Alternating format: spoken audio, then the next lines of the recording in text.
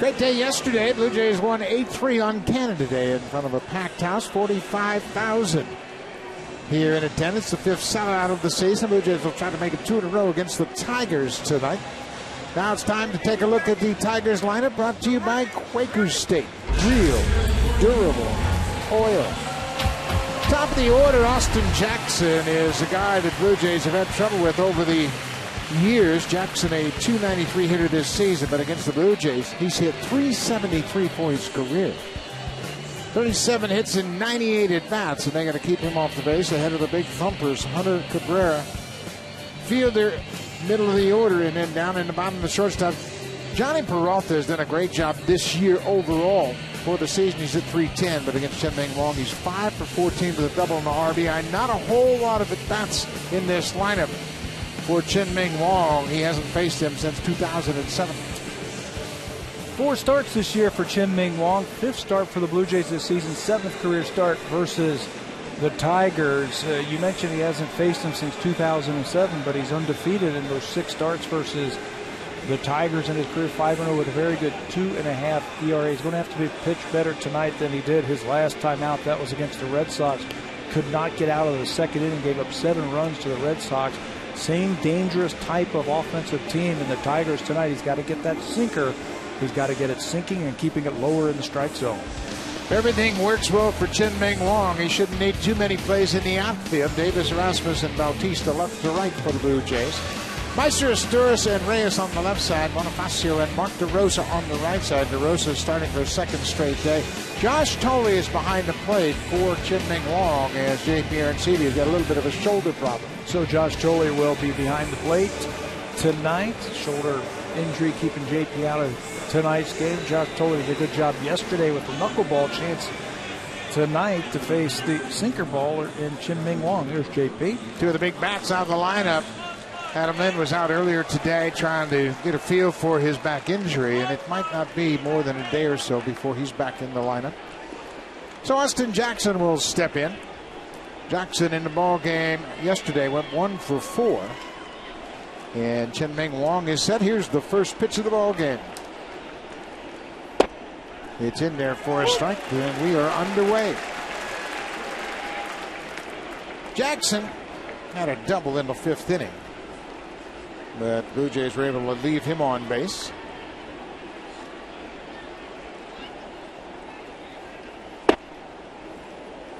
Chen-Ming Wong had a great start to his ball game last time out against the Red Sox. He retired the side in order in the first, and boy, oh boy, he got into a lot of trouble in the second. Came right after him in that first inning. Got 3 quick ground ball outs. It looked like things were going to work out for him. And everything fell apart in the next inning. Part of the problem was he walked the first 2 batters in that inning, and then the Red Sox just cashed him. 7 runs on 7 hits. He never got out of the second. Went an inning and 2/3 through just 45 pitches.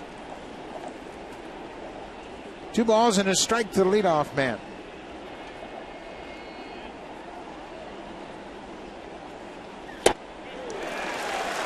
That is the sinker that he is going to have, I think, to be successful against this Tiger team. He had it in the first inning. Like I said, 3 quick ground ball outs, very aggressive, and then started nibbling a little bit in the second inning. So Josh Tolley is catching Chen-Ming Wong for the first time, and see how they work together. Tolley set up on the outside corner. Bounce past the pitcher. Reyes near the bag at second. Easy play for Jose. 1 down. Take a look at the scouting report. Timeout for the scouting report brought to you by TD Bank, proud sponsors of your Toronto Blue Jays. Well, there's the fastball. Very interesting. 62% of the time he is going to have to keep it down in the strike zone. His first 3 starts, that fastball, middle of the plate just 28% of the time. That zoomed up to 42%. He's throwing a splitter a little bit more this year than he has in the last couple of years. He'll just show you the off-speed pitch, the curveball / slider. Torrey Hunter bounces one through the middle into center for a base hit. That's Hunter's first hit of his career against Chen-Ming Wong. He is now 1 for 9 against the Blue Jays righty. Not a bad pitch again. Get on top of that ball. You can see it going down, and he hits it on the ground. This time right back through the middle. You know, there's nothing wrong with that pitch there. just found a hole. Miguel Cabrera, leading hitter in the major leagues at 369. Took an 0 for yesterday.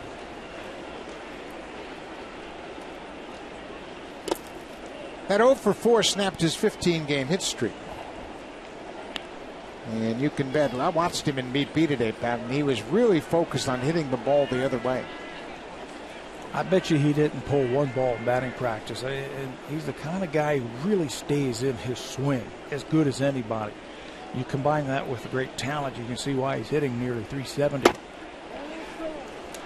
And I think he knows that they're going to just try and just keep the ball away, pound it in and out against him. Stay with that swing. Stay inside the baseball. Look to hit a ball right over Bonifacio's head at second base. 2-0. Now 3-0. Prince Fielder is on deck, and this is what makes this lineup so difficult for any pitcher, is the depth of the lineup. Starting with Jackson, then you got Hunter, and now you're dealing with Cabrera, Fielder, and Victor Martinez. On top of the great production, they're great hitters. They have a good idea at the plate.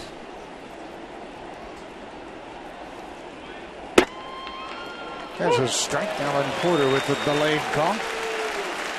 How about how Josh Tolley is setting up? He's setting up off the plate and letting his sinker come back to the outside corner. I mean, it's pretty obvious how far he is staying off and thrown over to first. Way off the plate, trying to make that sinker come back. Corey Hunter asks for time as he wants to regroup a bit after diving back into first.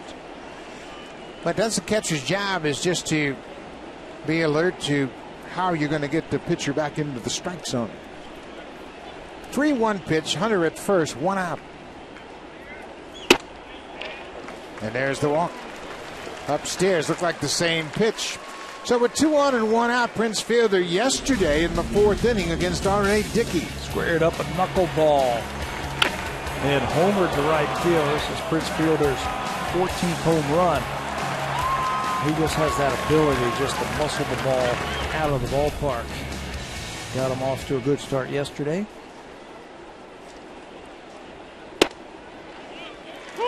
Long gets ahead of Fielder. He's going to have to lower his sights. He can't pitch upstairs to this powerful Tiger lineup. Too far up right there. Pitches to Cabrera, and now Fielder. He's going to have to get that ball down.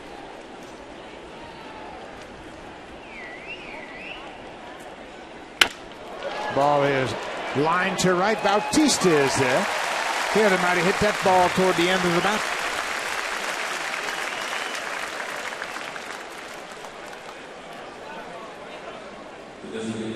So with 2 outs now, runners still at first and second, the DH Victor Martinez will stand in. Martinez is a switch hitter. He's had some at bats against Chen Meng Wong. For his career, he's 4 for 16 against Wong. He's another guy they'd really like to get going at the plate. He's a career 300 hitter, hitting just 233 at the start of this game tonight. And he's also a proven RBI man. 3 seasons he's had over 100 RBIs. Right back to Wong. He's going to get out of it. Chen Meng Wong has a good inning under his belt, a walk and a base hit, but he strands 2. Top of the order did some damage yesterday. It's Jose Reyes, followed by Rajay Davis on a 6-game hit streak, and Jose Bautista has been hot over his last 4.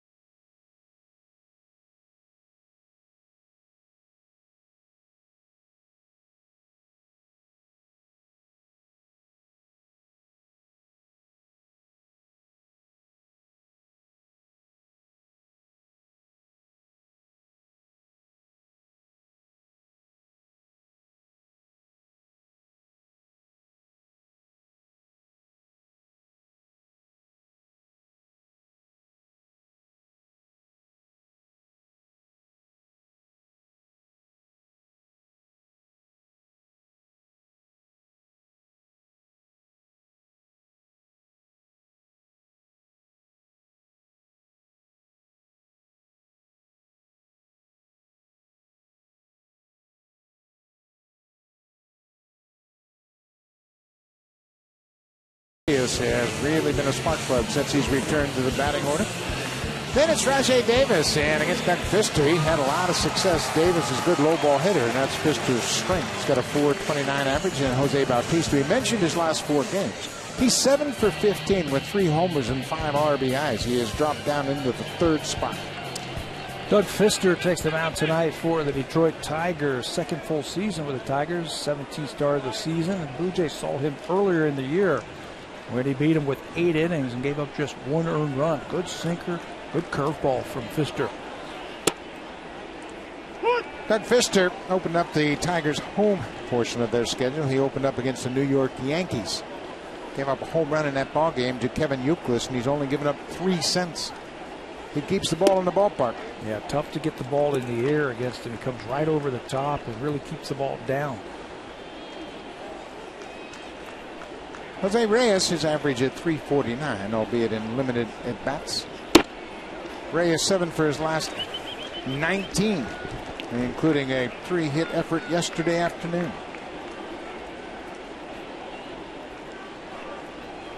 2 balls and a strike to Reyes. Outside. He doesn't walk many batters. He has only walked 16 batters all season long, so this is unfamiliar territory right here for Doug Fister. Off the glove of Fielder, and that's going to go into right field. Reyes with a big turn. Torrey Hunter gets it back to the infield. Although he throws it past Johnny Peralta, that Cabrera was backing up the play. It's a base hit for Jose Reyes. He now has 3 straight hits. 3-1, sit on that sinker, and he hits it into the ground. And just like Torrey Hunter hit it in a good spot, just out of the reach of Fielder. First baseman can't come up with this as it rolls out into the outfield. Good start for the Blue Jays, getting Reyes on. Blue Jays have won 7 straight home games. First time they've done that since 2007.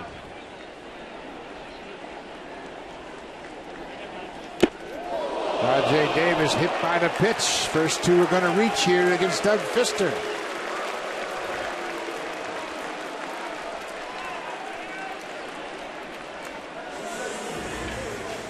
That's that high sinker ball up and in, and it sails inside and catches Rajai Davis. Yeah, just got under it a little bit. His hand, you could see, was underneath that ball, and it sailed up and in, hits the hand of Davis. So the first 2 batters reached, just like we talked about in the opening. Top 3 have been getting it done for the Jays. So Bautista will step in, nobody out, 2 aboard.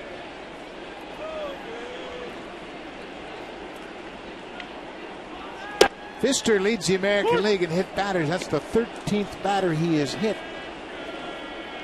He has hit at least 1 batter now in 9 times in 17 starts. Just running that fastball in on the right-hander. That has something to do with the fact he doesn't give up many home runs either. Hitters aren't that comfortable digging in against Doug Fister. They keep you loose. There's a base hit to left field. Reyes is getting the wave around third. Here's the throw. It's going to be cut off, and the Blue Jays have a 1-0 lead.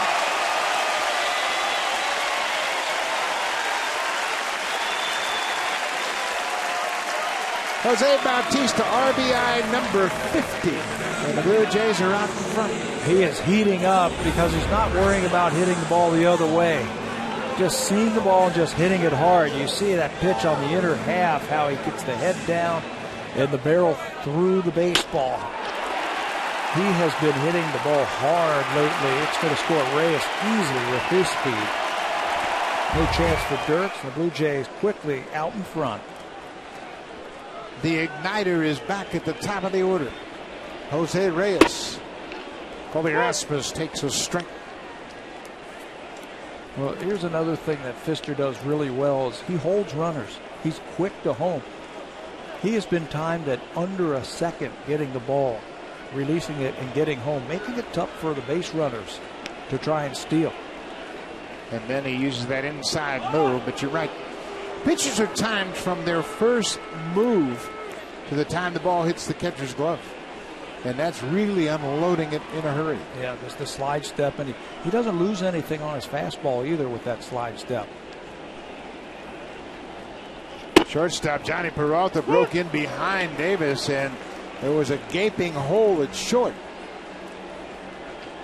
And if he turns, he has a shot. Watch Peralta, the shortstop.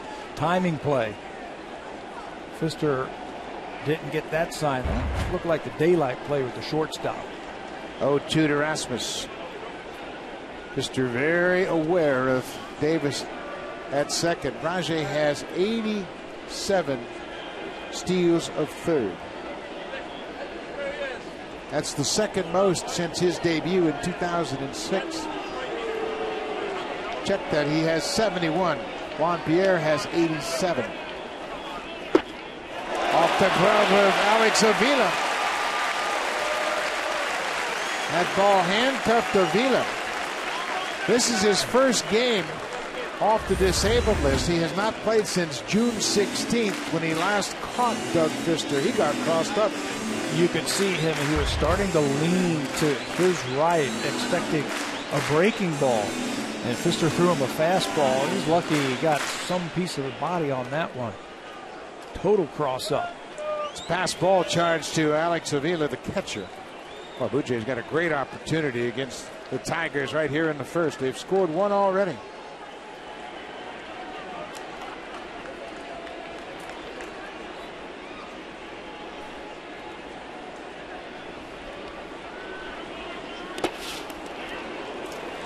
Avila was on the disabled list. He was hit by a pitch on June 16th by Brian Dunsing, the lefty, and he went on the DL. He has been catching. He caught 8 games in a rehab assignment, so he's good behind the plate. He's starting to swing the bat a little bit when he was playing in the minor leagues. They missed him too. 348 average, earned run average when he's out there. Rasmus stays alive with the foul.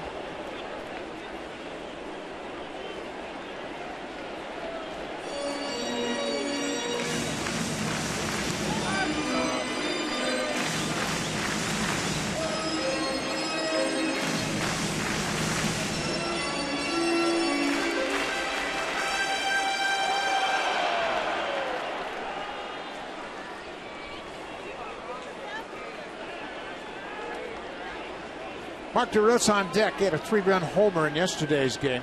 End of the 4th inning. Way inside. Full count. Boy, oh boy, this is the one Achilles heel for the Tigers. If you can get into their bullpen. We mentioned how tough their starters are. They're first in strikeouts. They're first in innings per start.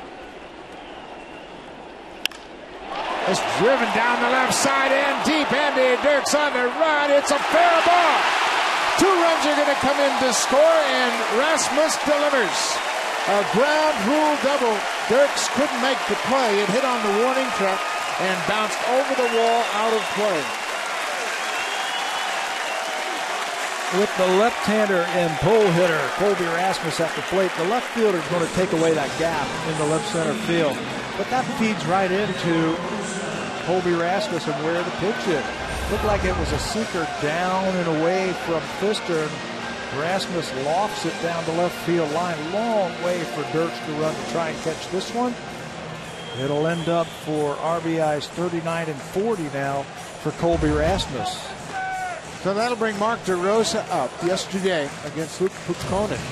He was batting with 2 aboard. And one of those guys, a speedster in Colby Rasmus. So they challenge him with the fastball, trying to unload that ball quickly to plate. And Mark DeRosa says, not too fast here. He unloads into right field. Told me today around the batting cage, he goes, I needed that one right there. 3-0 Blue Jays. DeRosa has 24 RBIs. He has been very productive.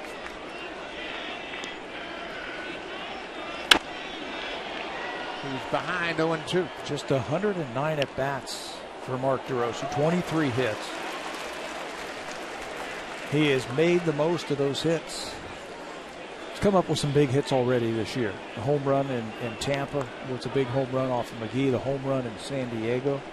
And then yesterday's game really was the knockout punch, I think, for me. It just gave a little bit more breathing room for the Blue Jays. Yeah, the Tigers had scored 2 runs in the top of the 4th to make it a 5-2 game, and then DeRosa put the nail in the coffin with his 3-run shot way outside. They mentioned Alex Avila is back behind the plate for the Tigers. While he was out, the Tigers went 5-9, and their ERA was 5.30. So they missed his presence behind the plate. DeRosa strikes out. Good sinking fastball. Good pitch there by Fister. Let's take a look at the scouting report for the tall right-hander Doug Fister.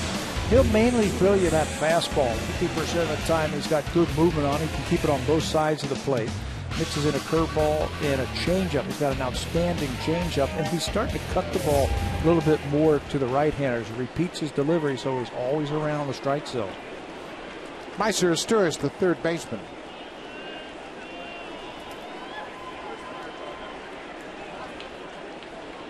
Asturias was 1 for 2 in the ball game yesterday. He walked, had a sac fly, scored a run, and singled. He's been a tough out lately.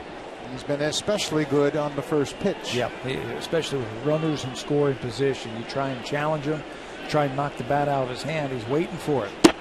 He's been hovering around 200 all season long until the last couple of weeks, and now he's starting to show Blue Jay fans why they gave him a 3-year contract. Bouncing ball towards second. Big hop for Infante. Asturias is retired. Rasmus goes to third on the ground out. Now there are 2 outs.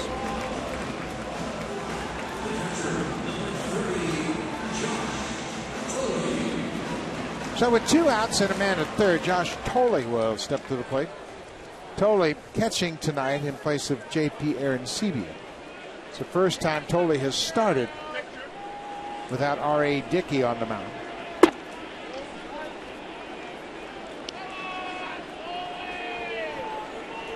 Rasmus with a big opposite field 2-run double. He's at third now.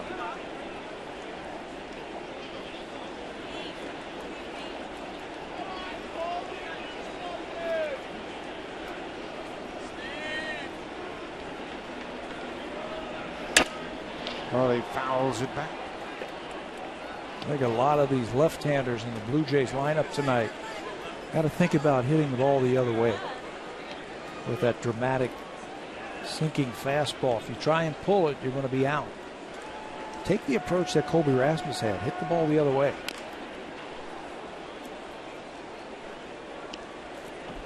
So Fister's ahead 1-2. Rasmus will go back to third on the foul ball.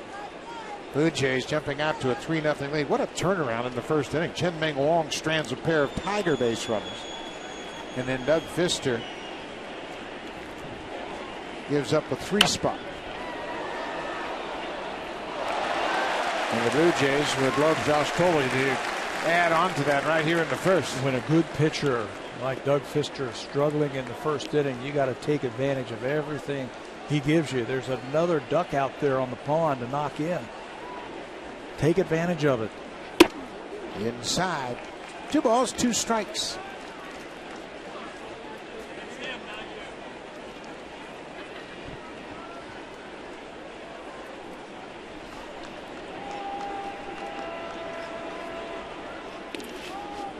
Full count.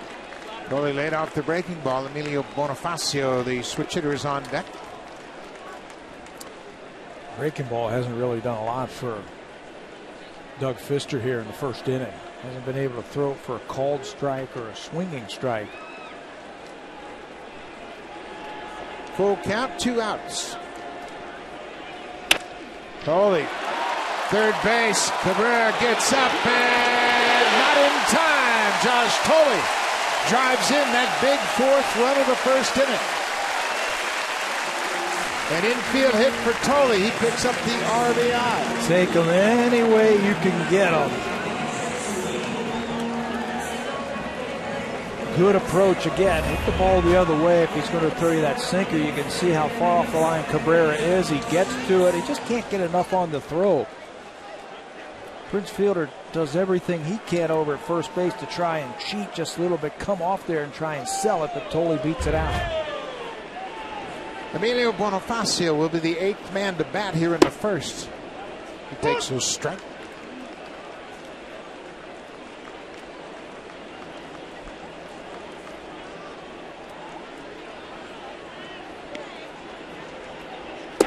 There's a breaking ball and a good one. It's 0-2. He has a good breaking ball. He just hasn't had it close enough to the strike zone here in the first inning. Hasn't been able to find that good release point yet. Doug Fister has thrown 30 pitches already tonight. 0-2, 2 outs. Bonifacio pulls it foul. They mentioned the Tigers pitching staff. The starters have been terrific. They're first in the American League in ERA. They're first in the home run category. Fewest home runs allowed. They've only allowed 42. Former Cy Young Award winner Verlander, Max Scherzer, will go tomorrow with a 12-0 record. They are also first in innings per start. Rick Porcello just got the news that he's been suspended for 6 games for hitting Ben Zobrist in the Tampa Bay series. Obviously, he's going to appeal that decision. But this is a very good starting staff. There's another base hit past Cabrera down the left side. Tolley is headed for third. Bonifacio will go into second. The Blue Jays have sent 9 men to the plate now as Munenori Kawasaki will bat with 2 outs and 2 on. And another good approach by the lefties. What's interesting about this, Fister's been pretty good this year against lefties. Just a 224 average, but that ball going down and away, Bonifacio doesn't try and pull it. He just slaps it the other way. Cabrera can't come up with this one, and it's extra bases. So in the first inning, the lefties have had some good approaches against Doug Fister.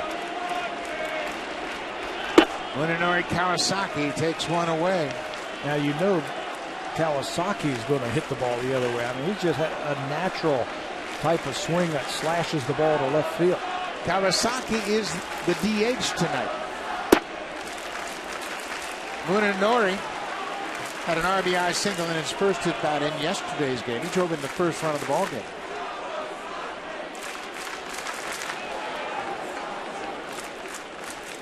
Four nothing Blue Jays.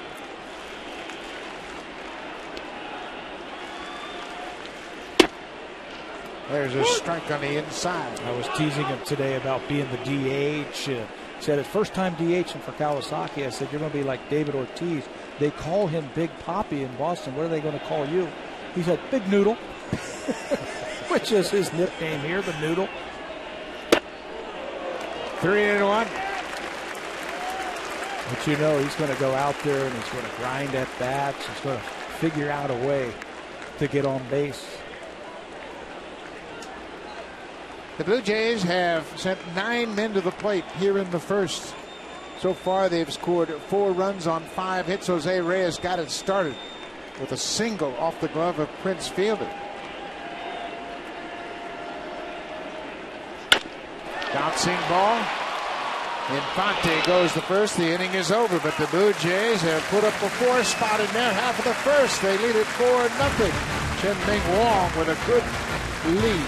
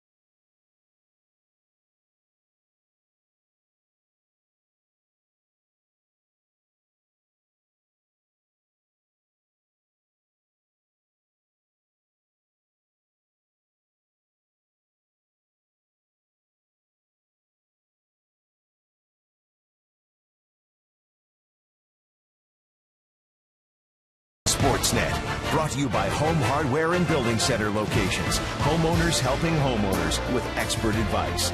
And by the 2013 Honda Civic, Canada's best-selling car 15 years in a row. Honda, the official vehicle of the Toronto Blue Jays. Open air baseball at Rogers Center. It's a beautiful evening here. Game 2 of a 4-game series against the Detroit Tigers, and the Blue Jays have taken a 4-0 lead.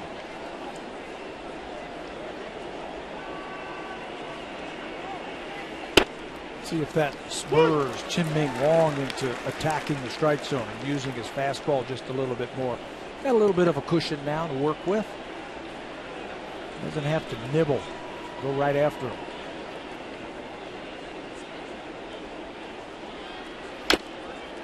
Well, the one thing you can't do is just assume Tigers are going to roll over. I mean, this is a good quality ball club. This is the first time at the start of play tonight the Tigers haven't been in first place since May 23rd. They slipped a half game behind the Cleveland Indians. They've gone through a rough stretch, but more than anything, they've really struggled at the plate, which surprises a lot of people. This team has the best average in the American League at 289 at the start of this game. Great hitters, too, in the middle of the lineup. It is a mystery why they haven't been able to score, but it comes and goes. It ebbs and flows all season long. Blue Jays know all about that. They saw that earlier in the year. They couldn't hit anything. And then all of a sudden got hot. But when you got that guy in your lineup combined with Prince Fielder, you're going to score plenty of runs. Yeah, there's not going to be a whole lot of panic in that dugout, that's for sure. Johnny Peralta takes one outside. It's 2-2. Veteran hitters, and they got the postseason a year ago. They want to get back. They've got the starting pitcher. The one concern is the back end of their bullpen.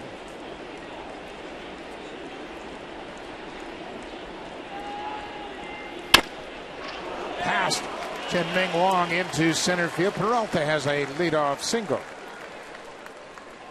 Talking about the Tigers, they come into this game struggling, but they're 43-38. They slipped a half game back, and their last 13 games is 4-9. The ERA closing in on 6. And their run differential, and that's a surprise because they have such good starting pitching, but they haven't scored many runs. Yeah, that's just the offense hasn't been clicking like everybody in baseball knows that they can. They haven't hit real well with runners in scoring position, just 219. It's a dangerous team. Jim Leland, an outstanding manager. He has his team ready to play every single day. Andy Dirks, the left fielder. Dirks was 0 for 4 in the game yesterday. Up the middle. Reyes can't get it past him as he dove trying to keep it on the infield, but it's back-to-back singles for the Tigers. You know, it doesn't look like the left-handers are going to shoot the ball the other way. They're going to hit it up the middle. So you're going to have to bunch, I think, those lefties a little bit closer to second base. That's the third time that a ball has gone right back through the middle off Chien-Ming Wang. Have to make some adjustments once you see that. If there's a pattern developing, it looks like everybody is conscious of staying back up the middle. Chien-Ming Wang's already had a comebacker off the bat of Victor Martinez. That ended the top of the first. Omar Infante with a 4-hit game yesterday, including his 200th career double.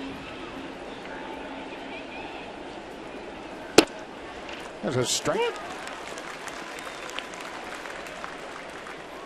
Well, you've always got that ground ball double play in your back pocket when you've got this guy on the mound right here, because he's got that great sinker.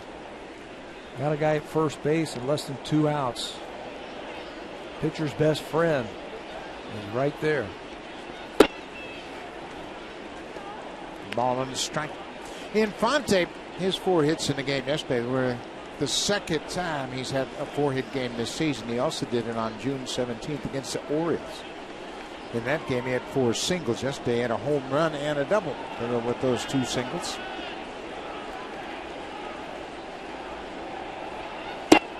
There's a strike on the outside corner. Infante didn't like it.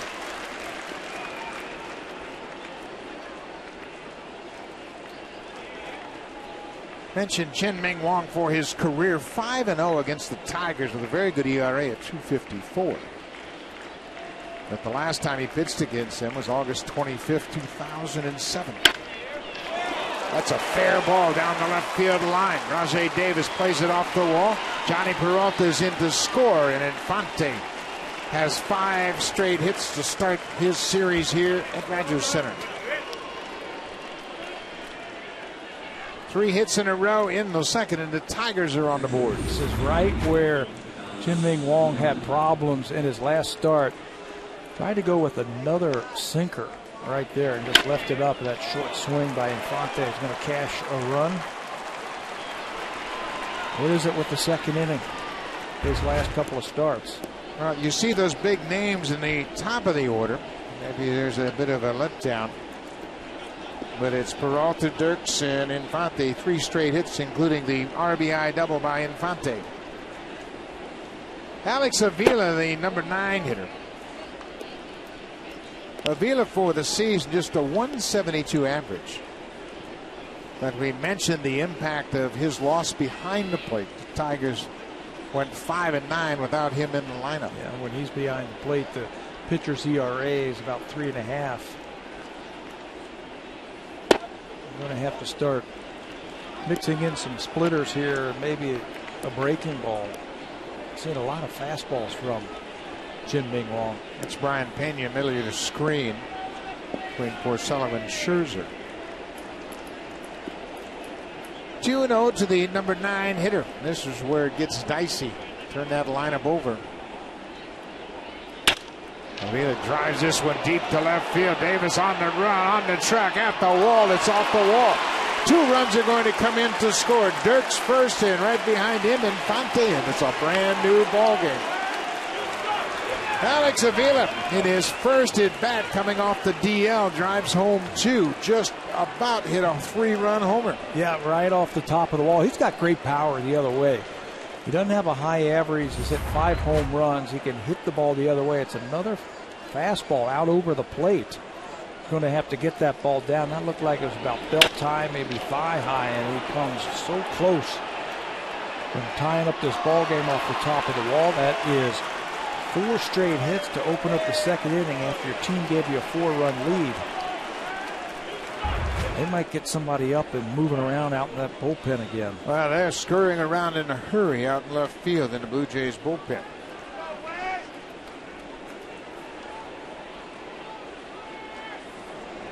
Juan Perez, the left-hander, is the first to grab a baseball, and he'll begin to throw.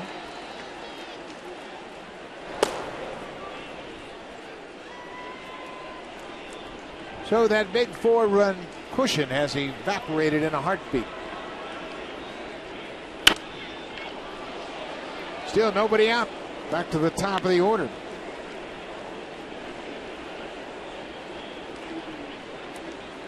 Last time out, Chien-Ming Wang gave up 7 runs on 6 hits in the second inning at Fenway Park.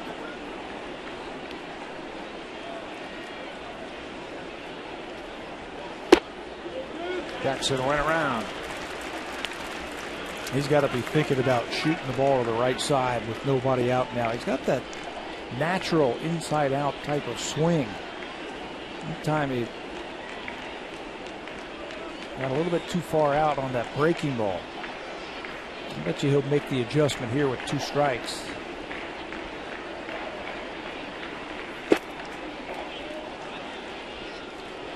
They're conscious right now of having a productive at bat. Just trying to move that runner at a minimum from second to third.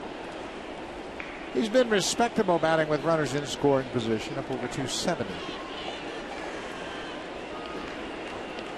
The catcher, Alex Avila, at second base. Jackson strikes out. Chien-Ming Wang threw him another breaking ball. 1 out and a man in second. Fans, if you want your baseball questions answered by a team of experts, email asktheexperts@sportsnet.ca. Keep your eye out for the Home Hardware Ask the Experts segment later on in the game.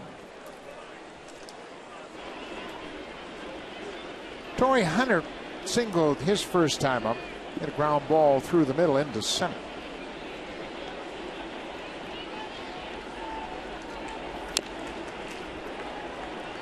Starting to use it a little bit more. 4 breaking ball. Yep. 4 straight hits will make you do that. a single, another single by Dirks, and a couple of doubles will make you start using all your pitches.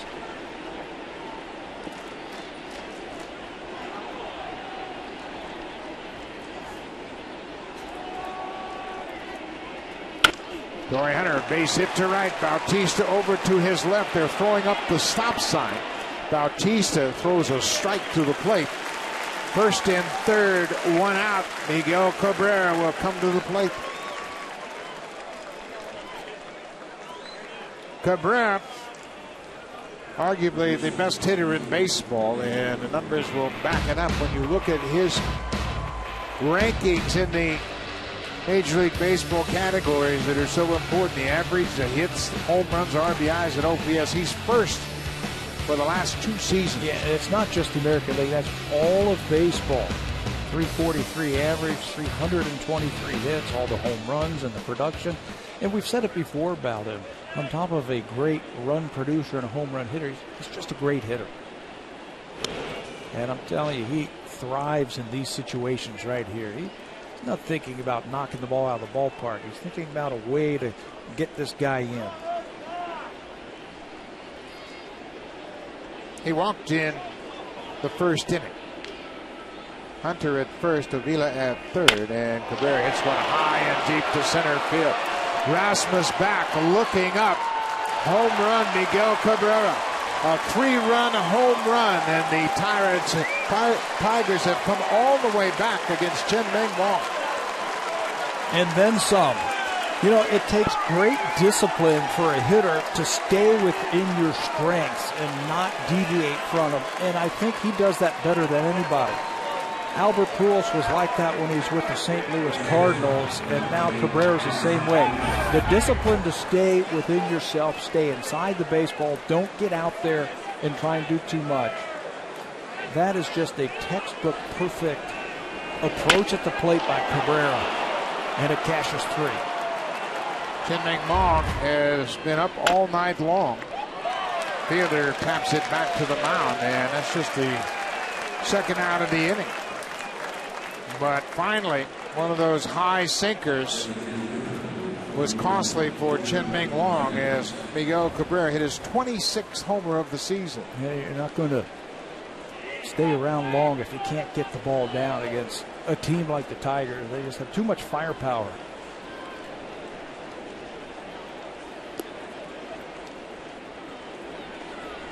Prince Fielder tapped back to the mound. Now it's Victor Martinez, the DH.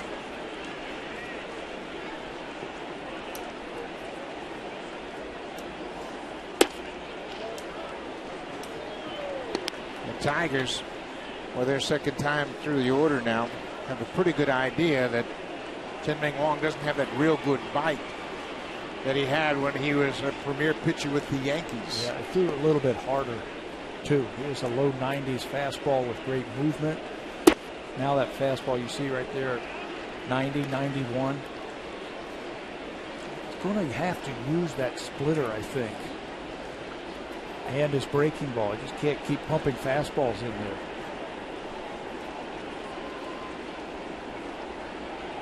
Two and 0 to Martinez. Now 3 and 0.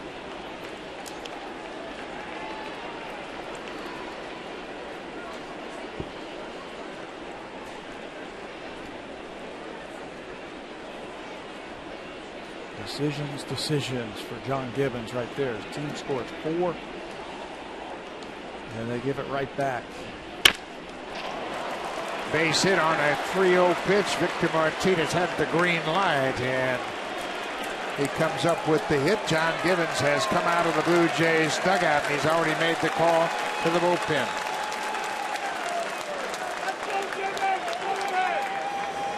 So Chien-Ming Wang, for a second straight start, can't get out of the second inning. The Tigers have a bat around second inning. So far, they've scored 6 runs on 7 hits and knocked Chien-Ming Wang out of the ballgame.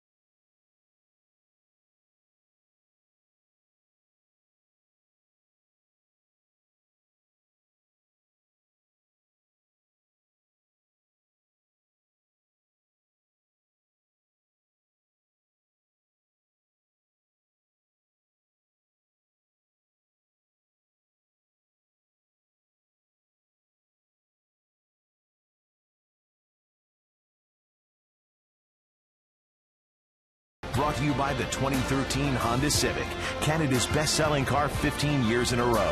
Honda, the official vehicle of the Toronto Blue Jays.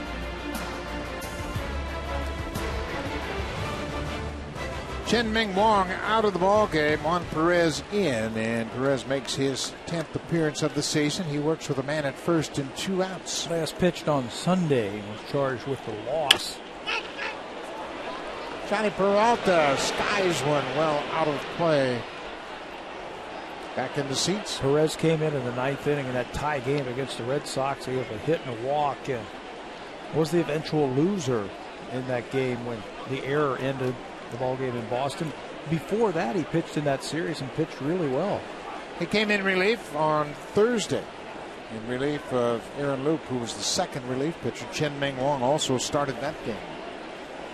Perez threw 3 perfect innings, struck out 3 through just 33 pitches, and that was a real savior for the bullpen.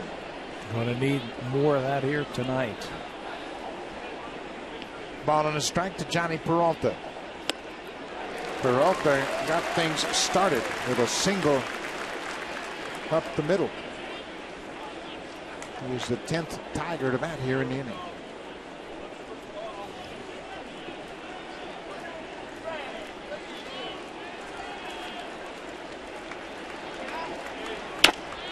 Stays alive, protecting that outside corner. Just reached out and punched it foul. Peralta's having a great year. 21 doubles, 7 homers, 36 RBIs from the shortstop position. And he plays a good shortstop. He's only committed 4 errors all year long. Very sure-handed at shortstop. Breaking ball, another foul back. He doesn't have the range of a Jose Reyes, but when he gets to it, you're out. Yeah, when he gets to it, he's going to make that out and help you out. He's not as flashy as Jose, or got the range or the arm, quickness, all of that kind of stuff. But he's just a steady performer.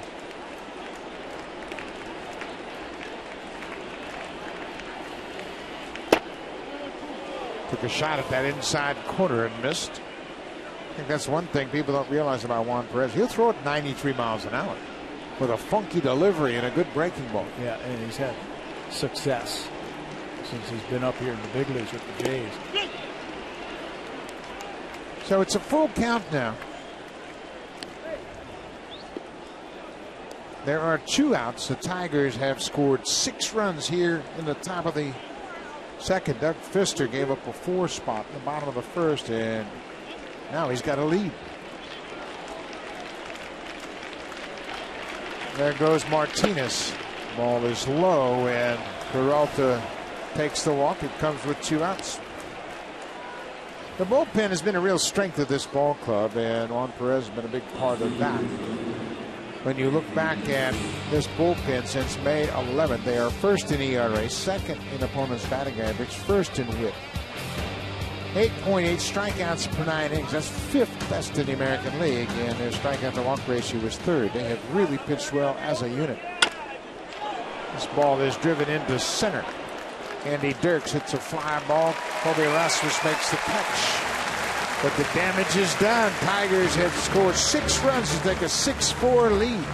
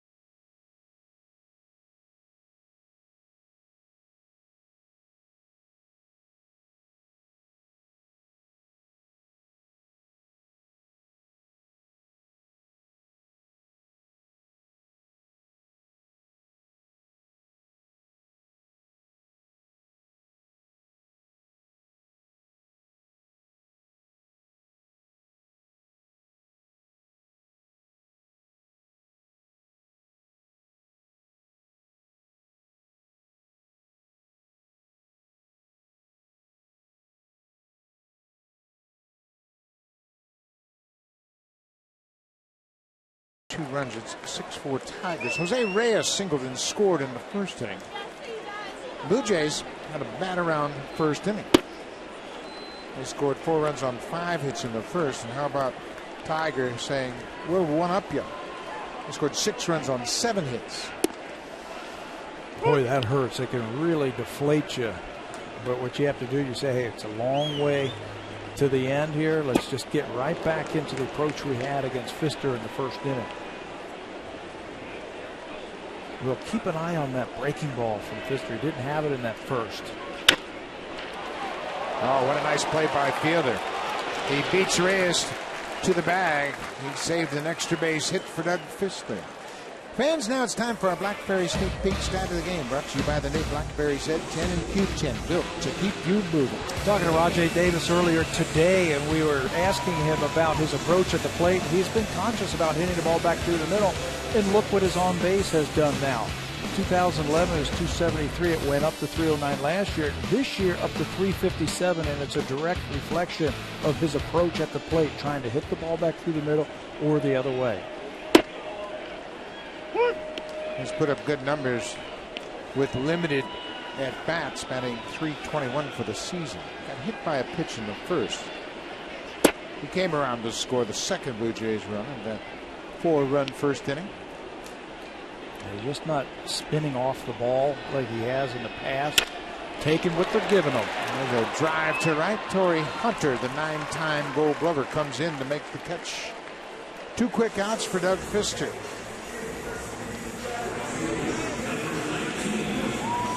So Jose Bautista will bat with nobody on and 2 outs. He had an RBI single in his first at-bat. Drove in his 50th run of the season.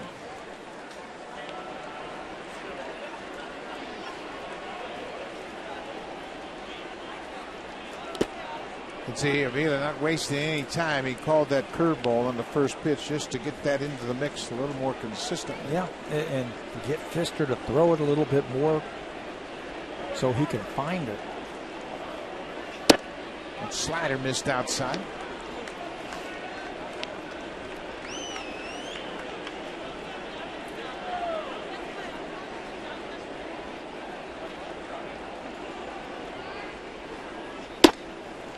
Threw a changeup, 2-0, good for a strike. A BP fastball right there, 2-0.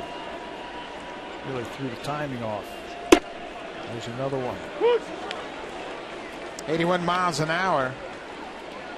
Fastball count. Bautista not looking for that pitch. Took the strike.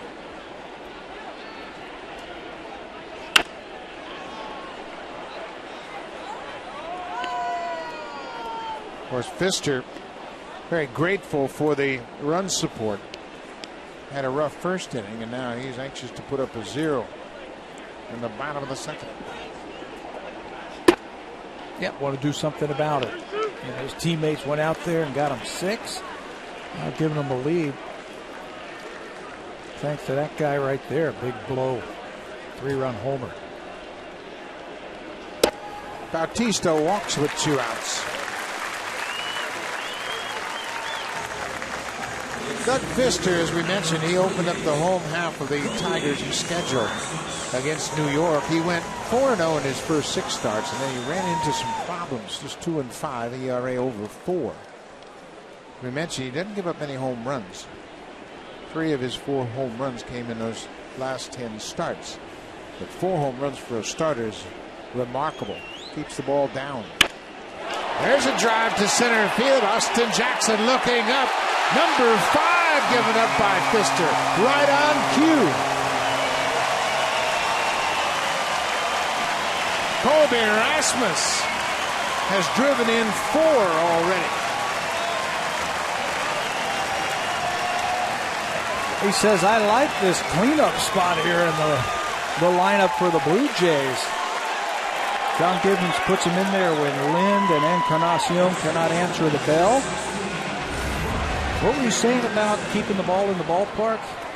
Fastball right there. Rasmus is a low ball hitter. You see him go out and just golf that ball to center field. DeRosa fouls it off his foot. Rasmus A 2-run double, and now a homer to straightaway center. His 15th home run of the season. And I can understand Fister not wanting to give in to Bautista. No Lind, no Encarnacion. Why not challenge Rasmus with 2 outs? And he made him pay.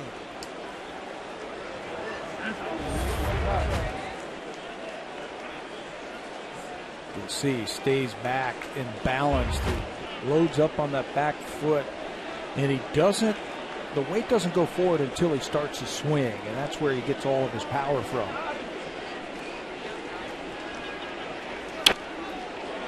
The Blue Jays have been aggressive all throughout their history. There's no question about that. But Colby Rasmus hit the first pitch for a home run. That's the 22nd home run the Jays have hit on the first pitch this season. That's the most by any AL ball player.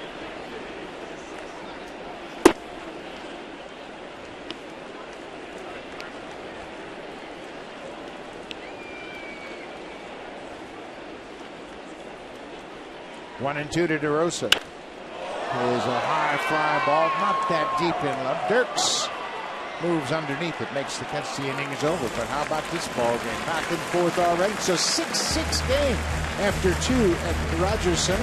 Fireworks are a day late.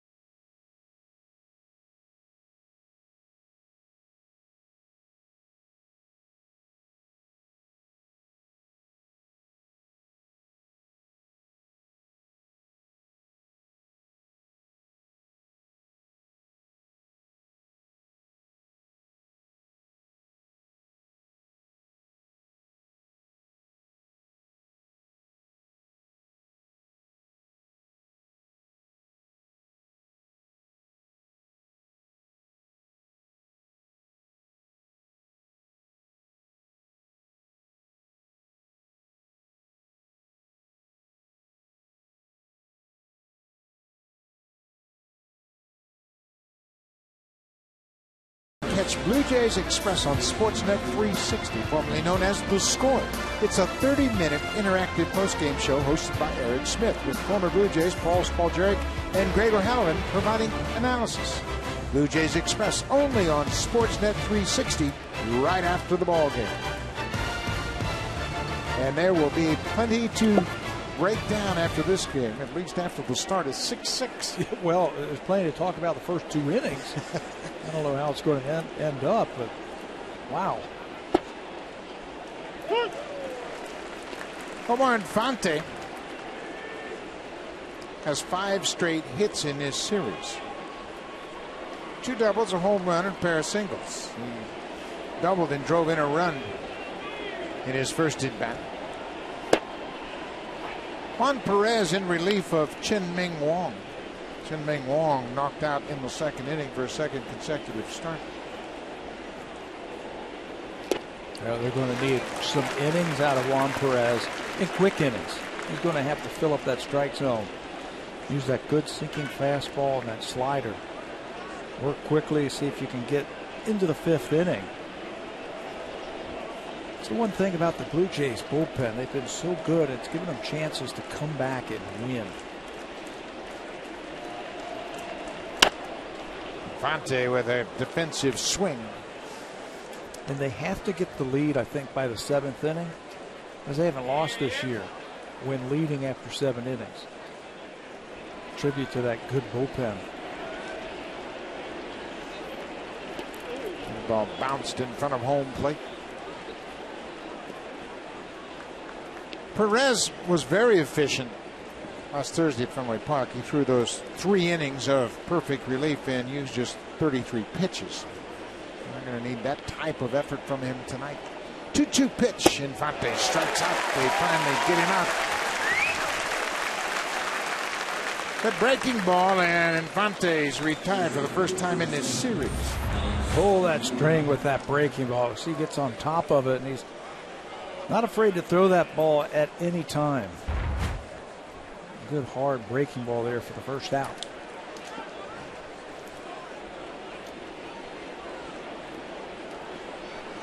Alex Avila, the number 9 hitter. Had a 2-run double in his return to the lineup. I mentioned he got hit by a pitch on his left forearm from Brian Dunsing of the Twins. Went on the disabled list and went on a rehab assignment. Got his timing down a bit. He worked with Leon Bull Durham, the hitting coach in Toledo, AAA ball club of the Tigers, and been swinging the bat well recently. So the time was right to get him back up here.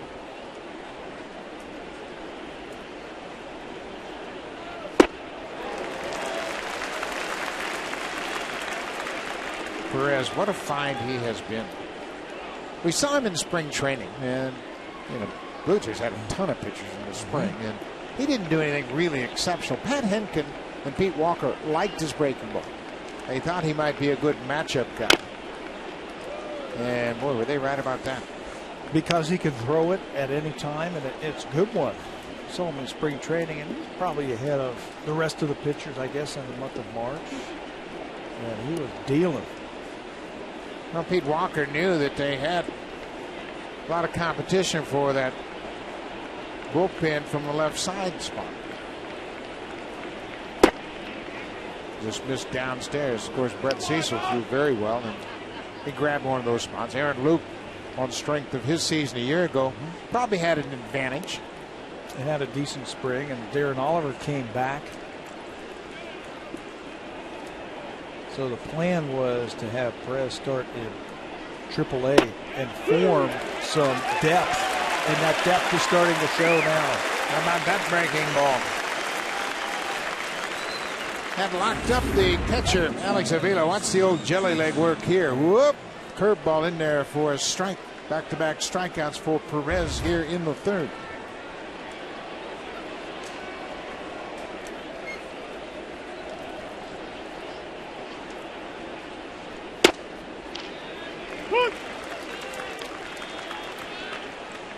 Austin Jackson has gone 0 for 2 so far. Ground out in the strikeout.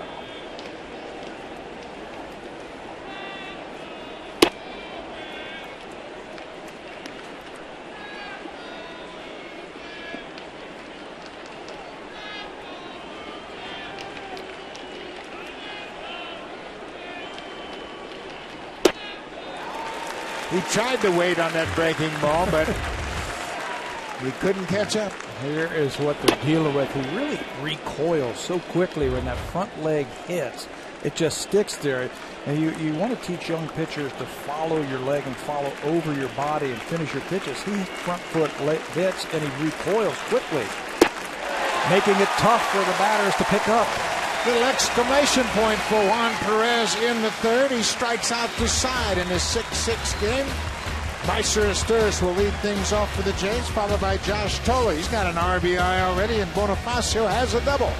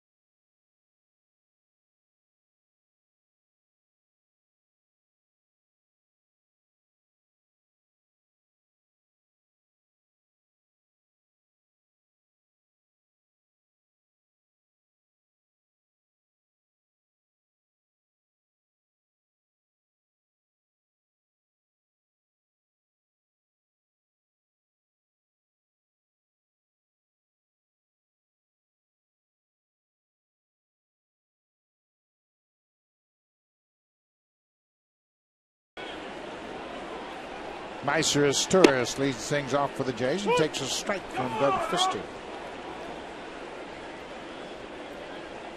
6-6 ball game, and we're just in the bottom of the third.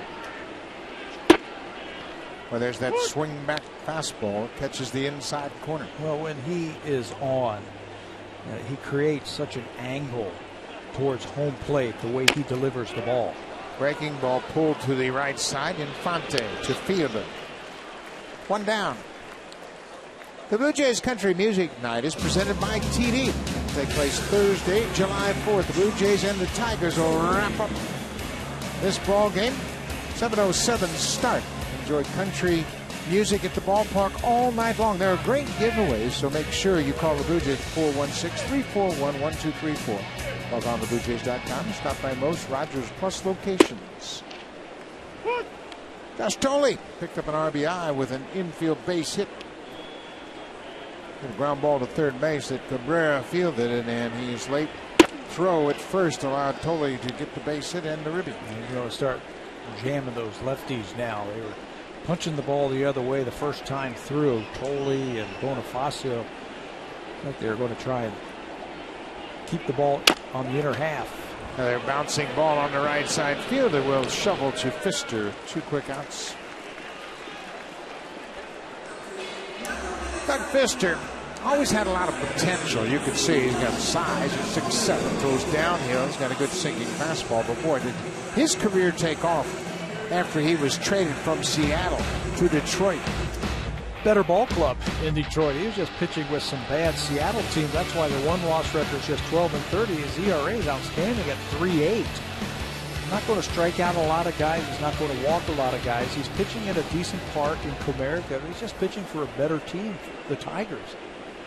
I thought it was very astute and an outstanding get for the Tigers. Doug Fister, strike thrower. That trade took place July 30th of 2011. Bonifacio drives one into center. Austin Jackson over in the alley makes the catch. Fister needs just 8 pitches to retire the side in order in the third. A tie ball game after 3 at Rogers Center.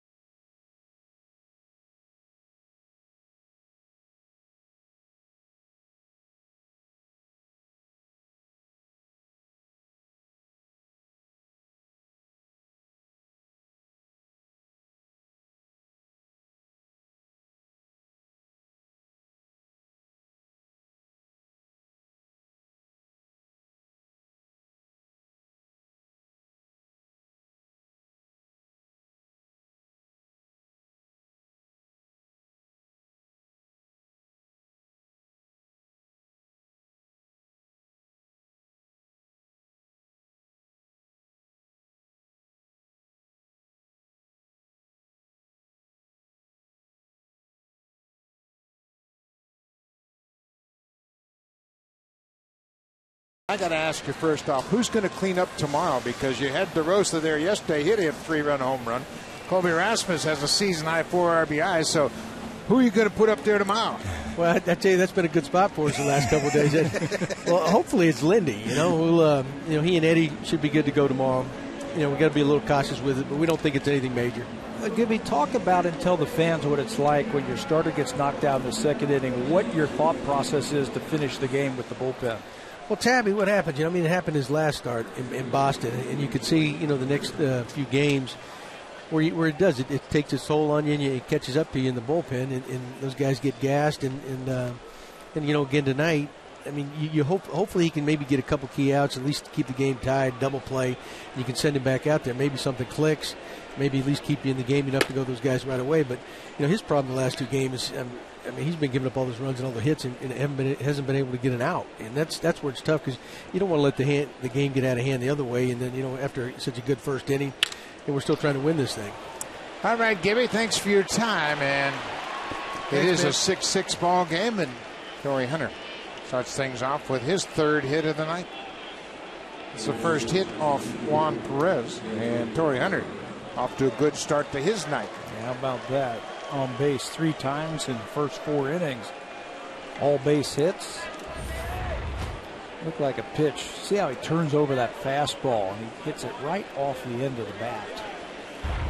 He makes him reach for that just a little bit more. It's a ground ball to short.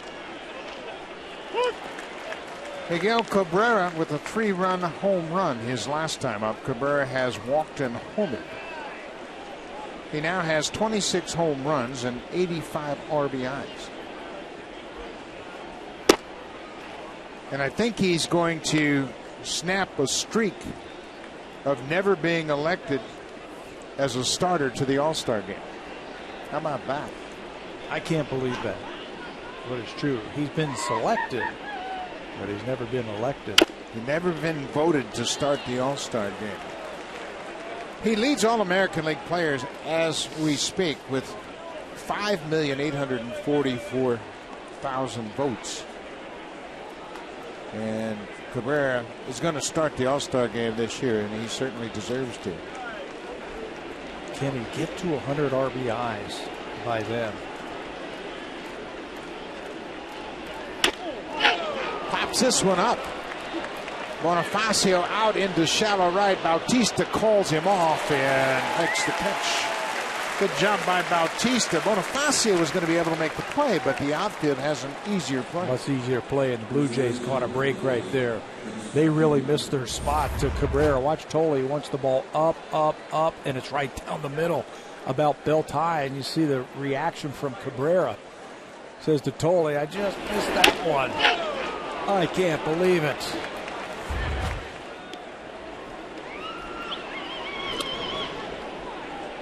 Boy, that shows you how relaxed Miguel Cabrera is, isn't it? Yesterday, after he struck out against R.A. Dickey in the third, he acknowledged Dickey and the quality knuckleball he threw him. Right there, he looks at Tolle and says, man, you guys got away with one.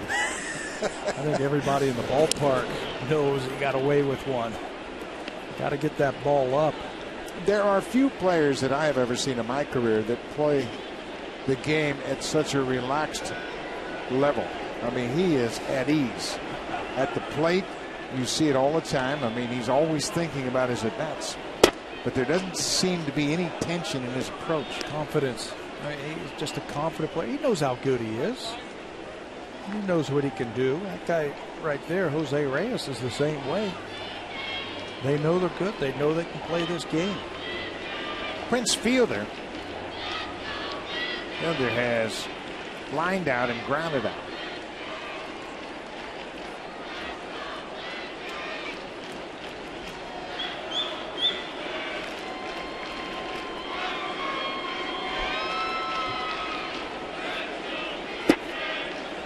Two and oh. I heard John Gibbons talk about the bullpen and how good they have been, but well, when you're asked your bullpen to give you as many innings as they're going to need tonight, it puts pressure on them. I think you might see Dustin McGowan early in this ball game, maybe even after Perez, given the way he threw the ball last time out. He was great against the Red Sox. Great last time out, so he's had a couple of days rest now. It's called Johnny Holstaff on these type of days where the starter gets knocked out early. The whole staff is on red alert down there. Prince Fielder had the green light on 3-0, and Jim Leyland, he knows his hitters. He gave Victor Martinez the green light 3-0 in the second inning. Victor hit a single to center. These are veteran hitters that know their strengths, and they're trying to do some damage. They're not going to swing at borderline pitches.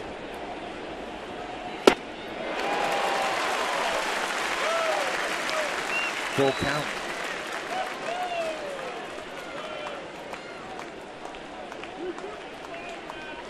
One out. Torrey Hunter at first with his third base hit of the night.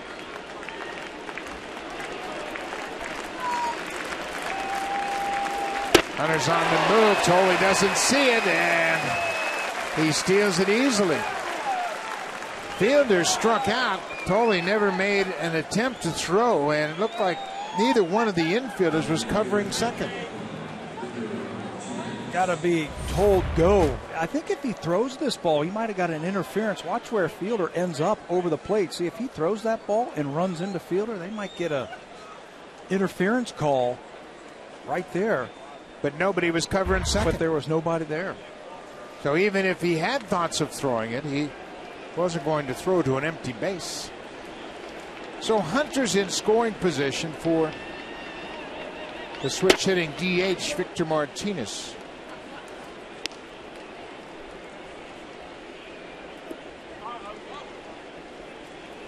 Martinez singled, as we mentioned his last time up, batting as a left-handed batter.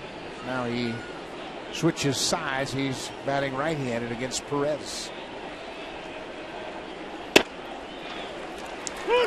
Well, that's the old neutralizer. Juan Perez can throw that breaking ball anytime in the count.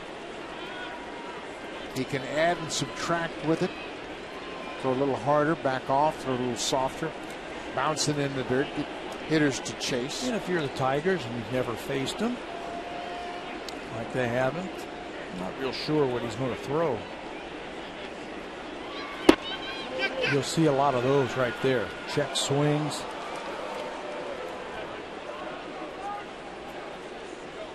Veteran hitters, just because they have so many at-bats under the belt, really like to have some knowledge of pitchers they're facing, some first-hand knowledge. And generally it'll take them an at-bat or two before they really get comfortable.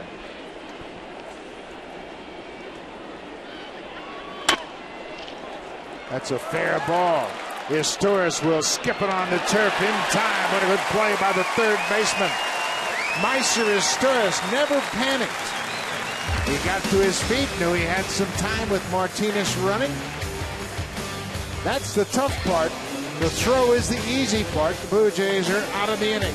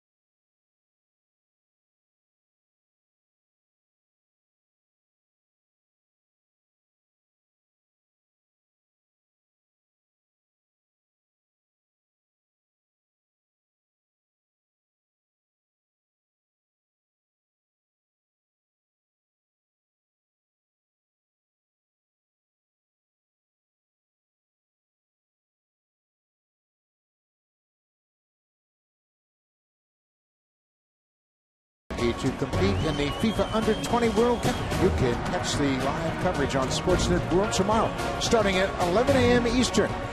Visit sportsnet.ca/world for details on how to subscribe. Munenori Kawasaki, the DH, takes a first pitch strike from Doug Fister. That's right, Kawasaki is the DH.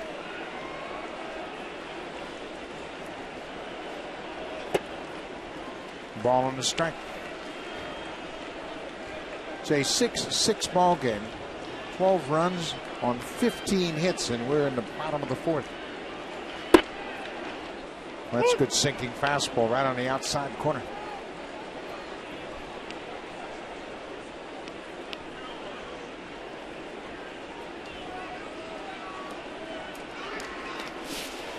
He just has not had that breaking ball, has he? No. All night long. And the way he's thrown it, the Blue Jay hitters can discount it, just cross it off the list. you don't have to worry about that curveball because he hasn't been able to throw strikes with it. His slider hasn't been very good either. I mean, not as consistent and as good as we have seen him in the past.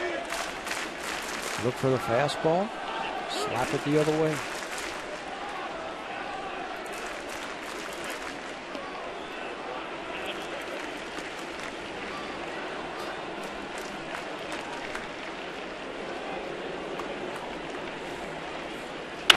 Kawasaki shoots one foul up along third. In case you're just joining us, no Edwin Encarnacion. He's out of the lineup with hamstring and wrist problems. Adam Lind, he's out of the lineup because of his back. It tightened up on him in Boston. He left the game. Of course, Melky Cabrera is on the DL. J. Pierre and is out of the lineup because he's got a bit of a sore shoulder. So it's a patchwork lineup tonight, but so far they've scored 6 runs on 6 hits. Yeah, how about that? 6 runs in his first 2 innings. Home run by the new cleanup man, Colby Rasmus. That's the hot spot. They'll be clamoring to hit cleanup tomorrow night. Kawasaki called out on an inside fastball. Well, right now that's the only thing that's working for Doug Fister, that fastball. Freezes Kawasaki with that swing back or comeback fastball. And it was a strike according to pitch tracks. Kawasaki the first out here in the 4th. Just the second strikeout for Fister tonight. Back to the top of the order. Be interesting to see if Reyes sits on a fastball, given the way Fister has struggled with his secondary pitches. Got underneath that one and popped it high behind second base. Infante waits on it, and Reyes is retired. Fister has retired 6 straight since Colby Rasmus' 2-run home run. When we come back after this half inning, we'll be pleased to be joined by Jeff Cheek, the youngest son of the late Tom Cheek, who was inducted into the Canadian Baseball Hall of Fame over the weekend and will go into the Cooperstown Hall of Fame later on in July. So Jeff will join us in the booth and give us his thoughts about the induction ceremonies in St. Mary's. Tom Cheek, of course, on the level of excellence here at Rogers Center.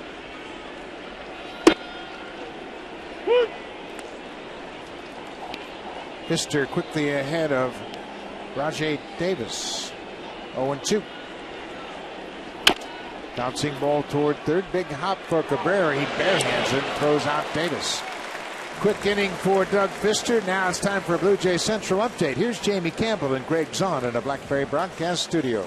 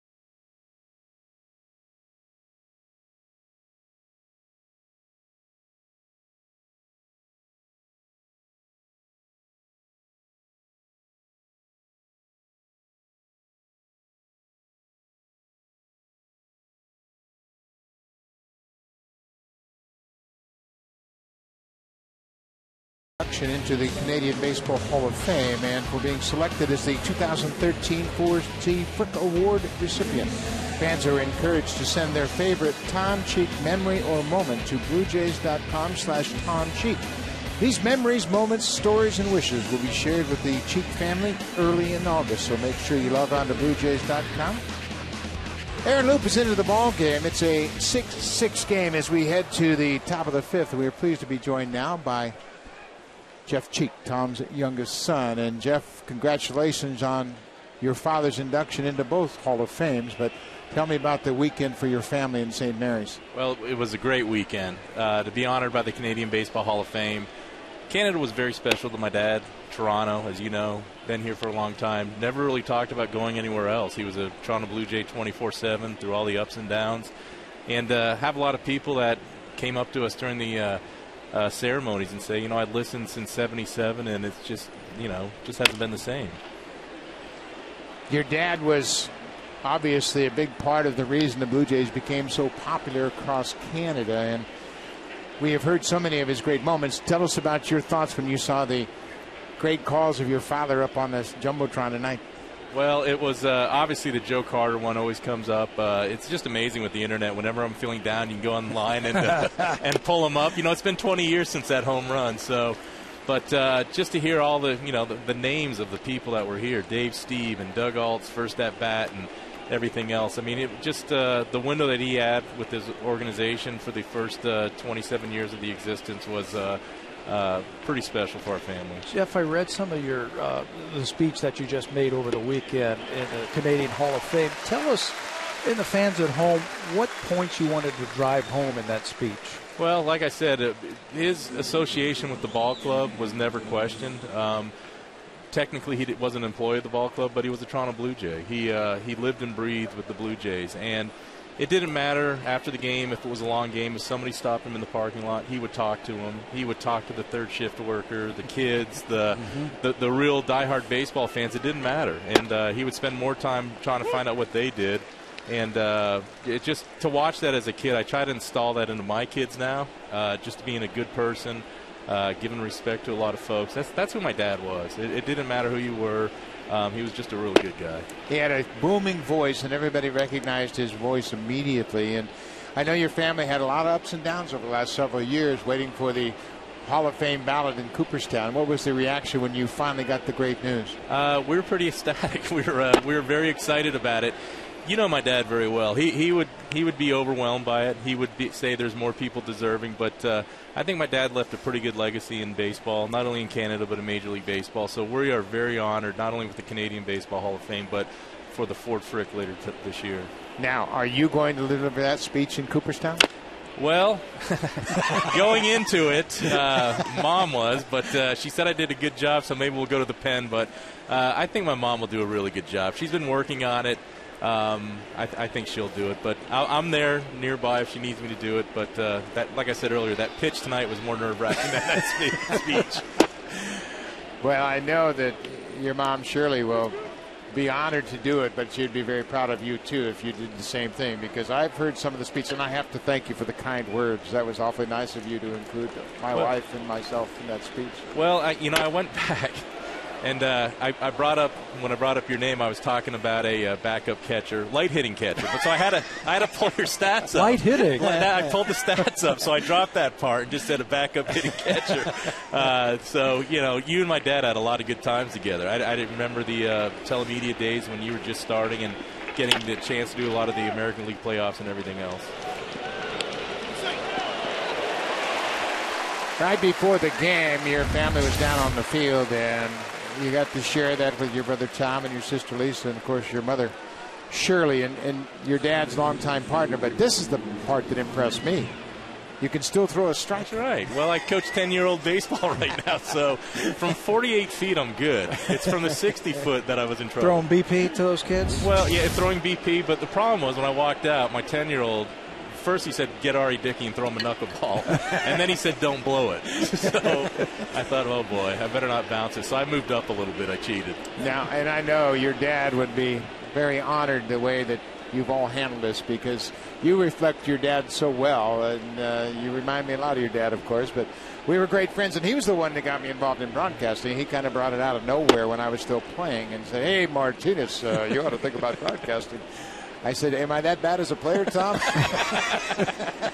He said, I didn't mean right now. Like I said, I pulled your stats.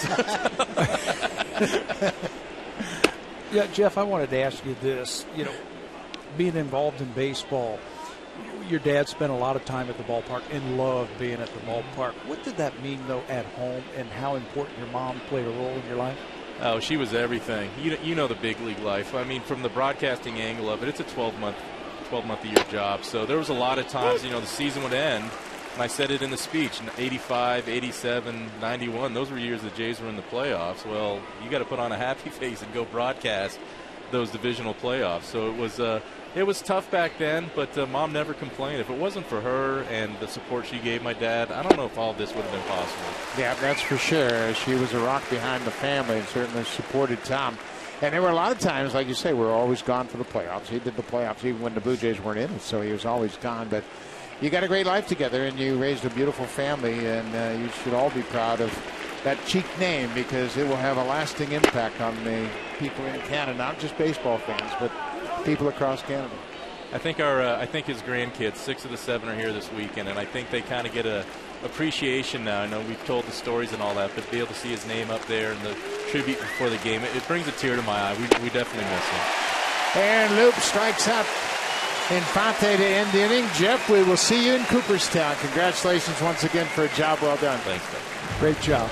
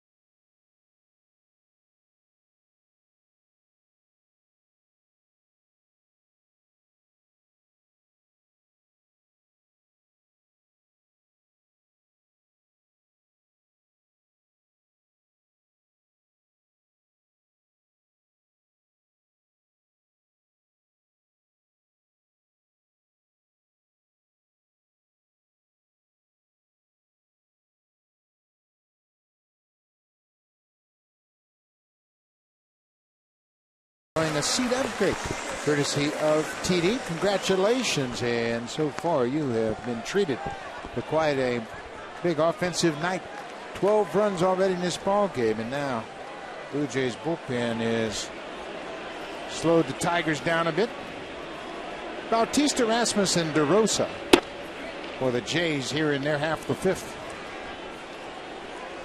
Jose has reached twice and scored a couple of runs. He singled and drove in a run in the first, and then walked and scored in the second. There's a breaking ball for a strike. Keep your eye on that. See if he can bring that into the mix. He seems to be rounding into form since the Rasmus home run. He's retired 7 in a row.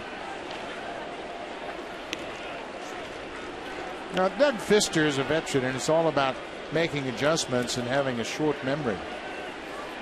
4 runs in the first, 2 in the second, and since then he's locked in. But one thing he has done very effectively, he continues to work very quickly. Work quickly, throw strikes. The 38 pitches he threw in the first inning might take its toll later in this game. But he has thrown a season high of 116 a couple of times, so he's very durable.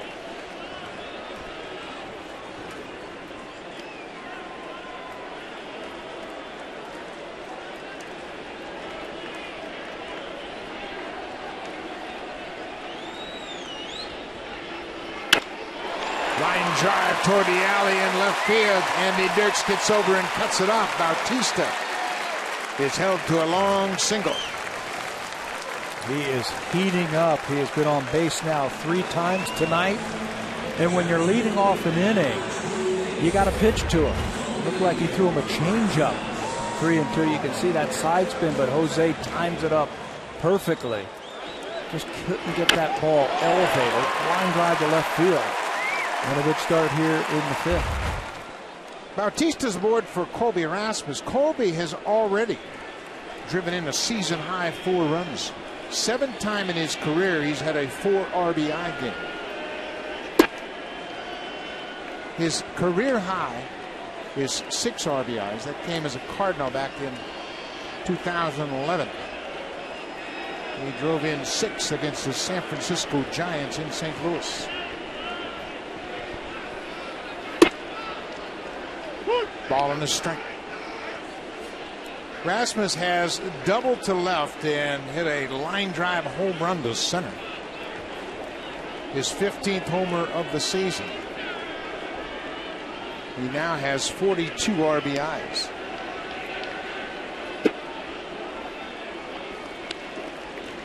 Colby's seeing it pretty good tonight. Yeah, being able to lay off that breaking ball. He gets into trouble when he starts expanding. Then they throw him high fastballs and he just can't lay off of it. But his routine has been a lot better coming into ball games. There's a nice swing. He was all over that. Just Yeah. fouled it back to the screen. He's a low ball hitter. Teams have tried to pound him up. And if he sets his sight down like his last at bat, that was a low ball that he went and got and smoked to center field. Can't throw it by him. He just has to have the discipline to lay off that high pitch. High one, the breaking ball off the plate. Came upstairs and he strikes out. It's the first out of the inning. So Rasmus is retired for the first time tonight. Going to bring Mark DeRosa to the plate. DeRosa making his 2nd consecutive start at first base. So far he has struck out and flied out.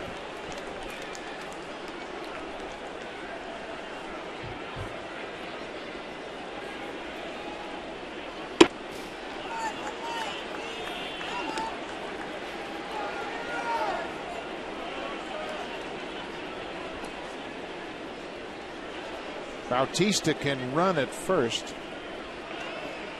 They create some movement on the infield by starting him. He's not going. DeRosa's late on the pitch. Looked like somebody missed the hit and run. Yeah, did you see DeRosa after that? He looked down to Jose like it was a hit and run. You don't see him swinging at that type of pitch like that. But I was thinking, like, right along with you. Wanted to get something going and watch DeRosa look down there like, who missed the sign? Was it me? Ball on the strike. DeRosa flies it to right. Long run for Torrey Hunter. He gets there. He tried to decoy Bautista by saying he didn't see it. Put his hands out to the side, but Bautista was all over it.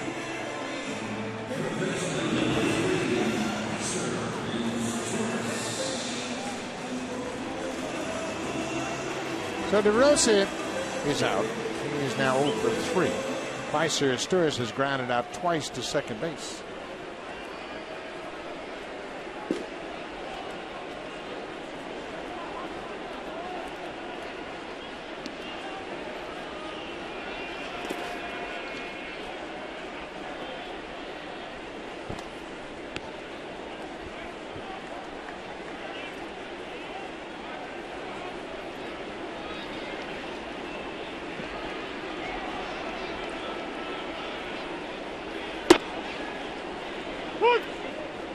Ball on a strike to the Blue Jays' 3rd baseman.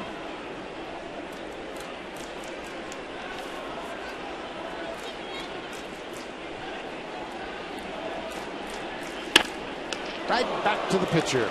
Fister will lob it to first, and the inning is over. So we'll go to the 6th in his 6-6 ball game. Here comes the Home Hardware Cleanup Crew, brought to you by Natura. Home Hardware's exclusive line of safe, environmentally friendly cleaning products.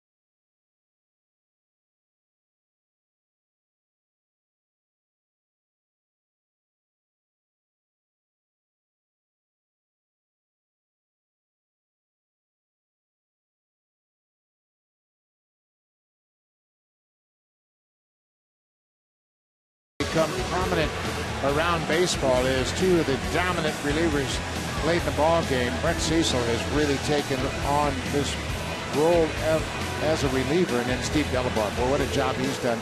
He has really utilized his fastball. They're putting up great numbers across the board. Both of them using a good fastball this year and a good breaking ball by Brett Cecil. 154 earned run average, a whip under 1. A 1 whip is outstanding. Brett's is 0.8. And I don't think it's ironic that both of them are on that throwing program and putting up good years. I think they are both all-star worthy. And today is Brett Cecil's birthday, so happy birthday, Brett. Number 9 hitter is Alex Avila. He goes after the first pitch and hits it into left. Rajay Davis, with his good speed, had to turn it on at the end, but he makes the out. One down. Let's check in with Jamie Campbell.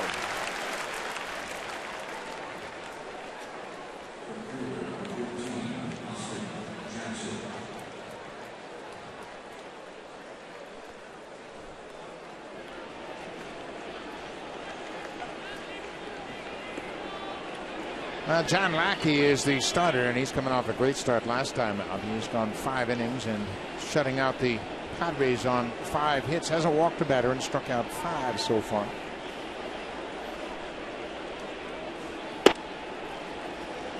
Back to the top of the order. Austin Jackson has been held hitless so far. He is 0 for 3.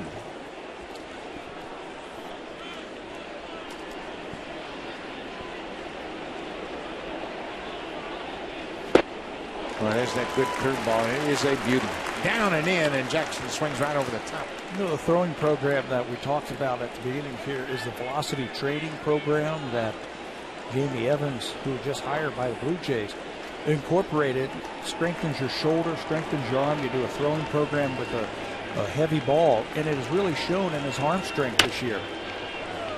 That fastball back up to 93 miles an hour. We didn't see that last year from Brett. No. When he was starting, and he had that great 15-win season a couple years ago, he threw 94, but not on a consistent basis. Then he really lost his velocity, and that was alarming in how much it fell off. There's a base hit for Austin Jackson. It could be extra bases. It goes all the way into the corner. He's headed for second. Rajay Davis will get it back into the infield, and Jackson has his first hit of the night. His 21st double comes with 1 out here in the 6th. Doubled in last night's game for the Tigers. It looked like a breaking ball this time. Down and in, and Austin Jackson golfs it into the corner in left field. So the Blue Jays bullpen is going to be put to the test here tonight. Juan Perez went 2 1/3. Luke pitched an inning, and now Brett Cecil. Torrey Hunter goes after the first pitch and pops it up. Bautista calling for it. The right fielder makes the catch. 2 outs. This copyrighted telecast is presented by authority of Rogers Blue Jays Baseball Partnership and may not be reproduced or retransmitted in any form. And the accounts and descriptions of this game may not be disseminated without the express written consent of Rogers Blue Jays Baseball Partnership. Well, there's a base open after Torrey Hunter pops up. So why not put Miguel Cabrera on and give yourself the lefty-lefty matchup? Cabrera walked in the first, homered in the second, and popped out in the fourth. So this time they're going to put him on first so they know where he's at. It's another category where Miguel Cabrera leads in the American League. This is his 49th walk of the season.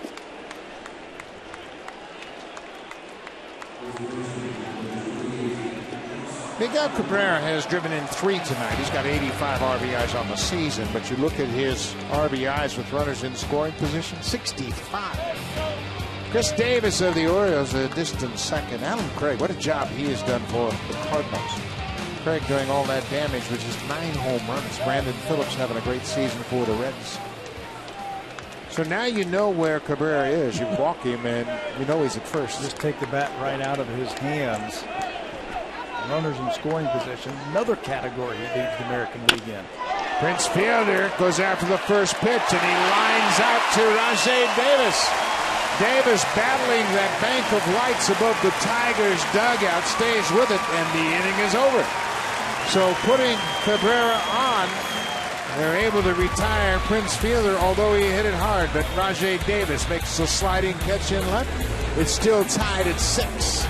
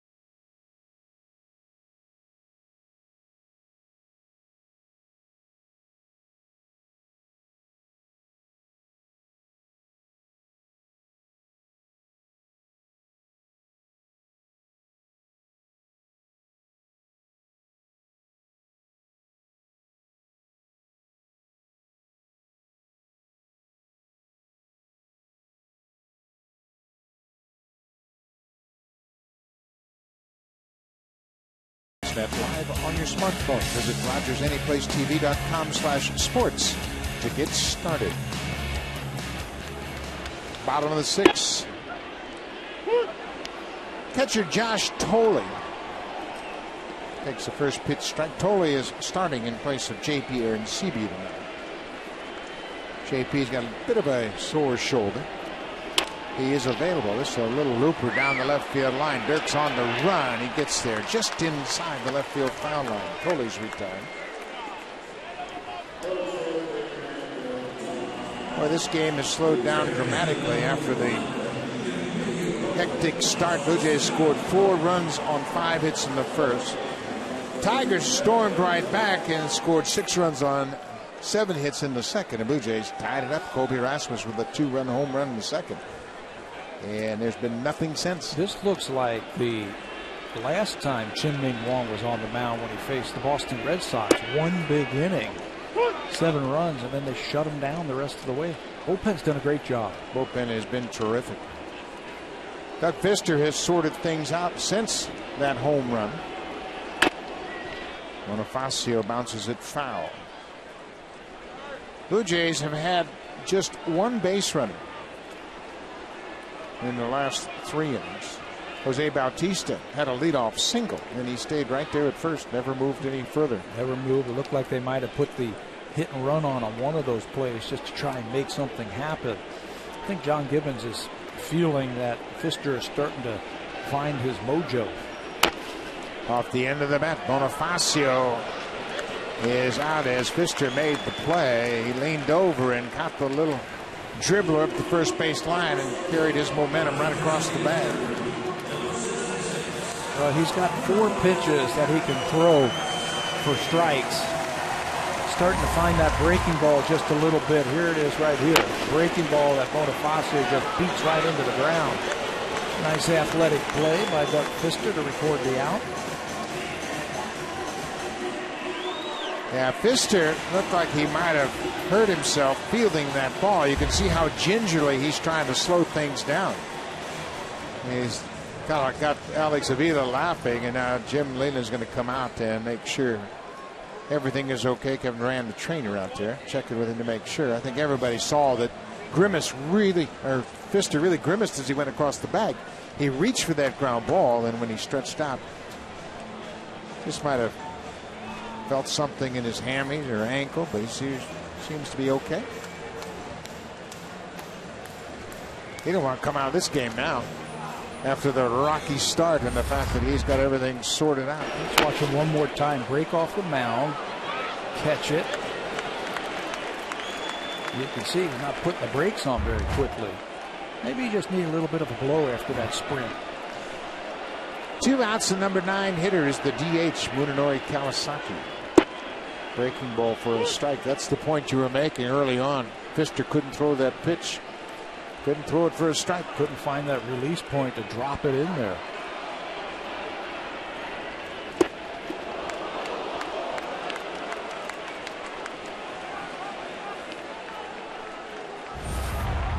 Another breaking ball. Kawasaki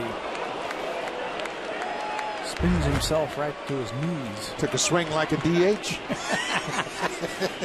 Ortiz.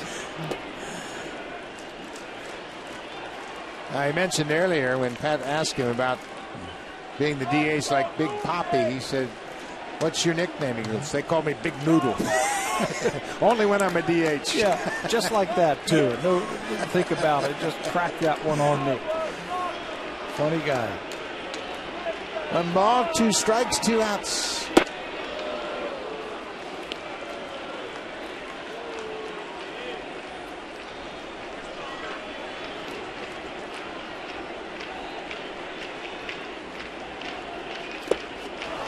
Curveball, and Kawasaki strikes out. The inning comes to an end. Doug Fister's on a roll. We've played 6, and it's a tie game, 6-6 here at Rogers Center.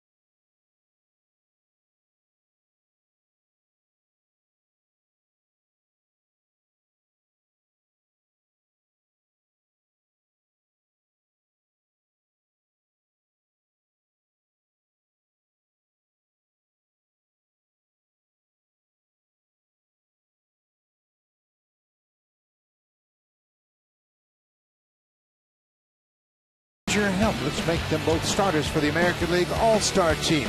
On Twitter, use the hashtag #ReelectJose and the hashtag #VoteEdwin. Fans are allowed to vote a maximum of 25 times per email address. Voting ends at midnight, July 4th. Vote early, vote often. Vote Blue Jays at BlueJays.com. You can see those fans out in center field with those T-shirts with the hashtags #ReelectJose and #VoteEdwin. And you can vote for the position players. And in the American League, the fans can vote for 8 position players and a DH.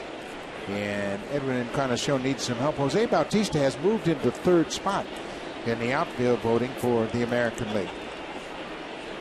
Jim Leyland will be the American League manager, and he will have the opportunity to fill out the roster. Brett Cecil is another guy I'm sure that Leyland will have to consider given the start he's had to his season.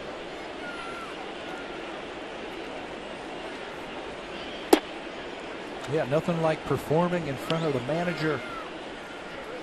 Who's going to pick the team? Steve Delabar, I think, has done really well. Yeah, he needs to be considered as well. Jim Leyland he spent last night considering all of the candidates to round out that roster. He's talked to all the managers already and got their opinions about some of their players. The fan vote will include 8 starters plus a DH in the American League. The player vote then adds a backup player at each position, not including the DH. And the players also vote for 5 starting pitchers and 3 relievers. Then the manager fills out the roster to 33.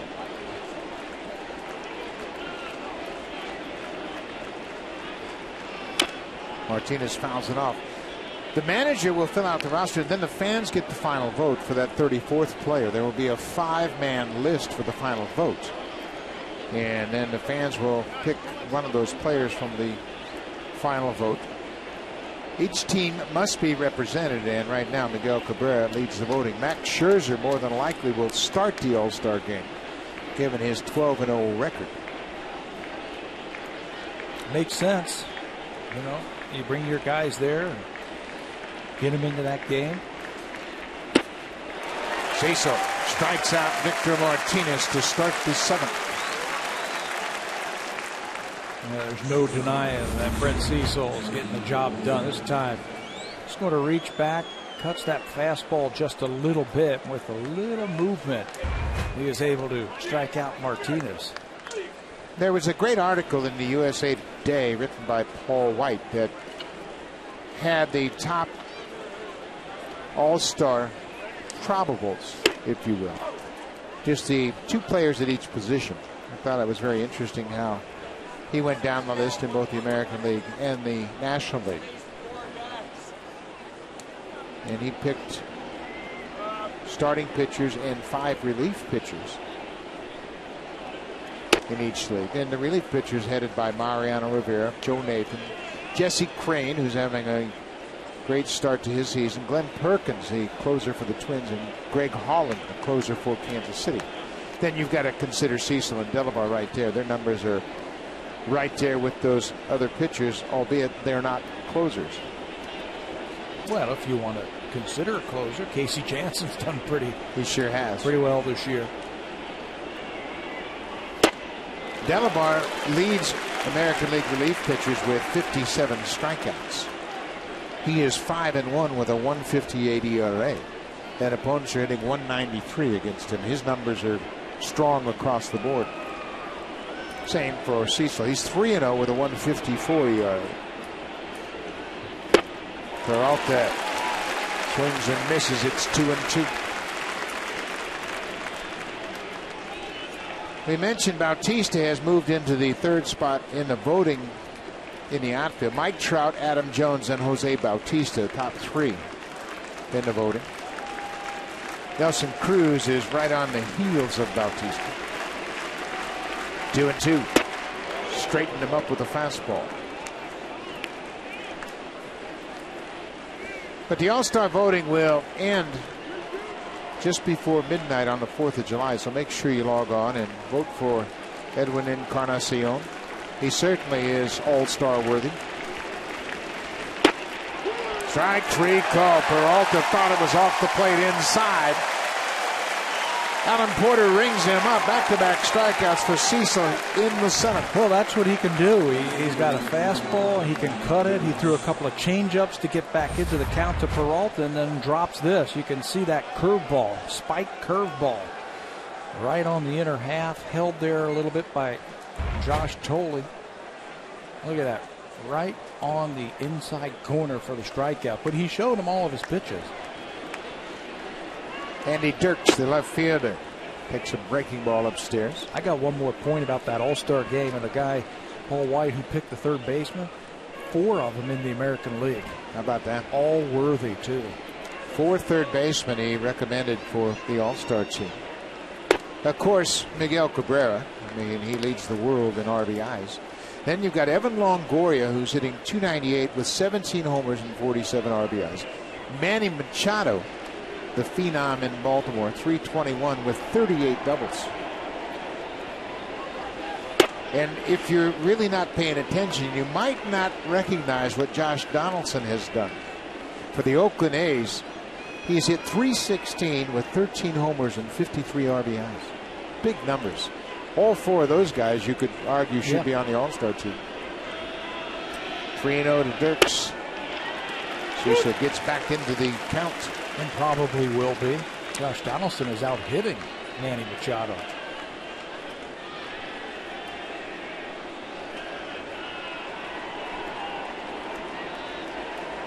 Three and 1, 2 outs. It's a 6-6 ball game.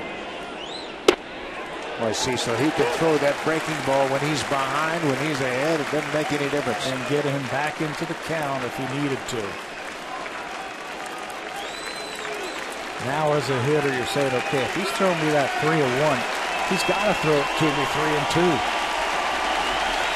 The payoff pitch struck him out.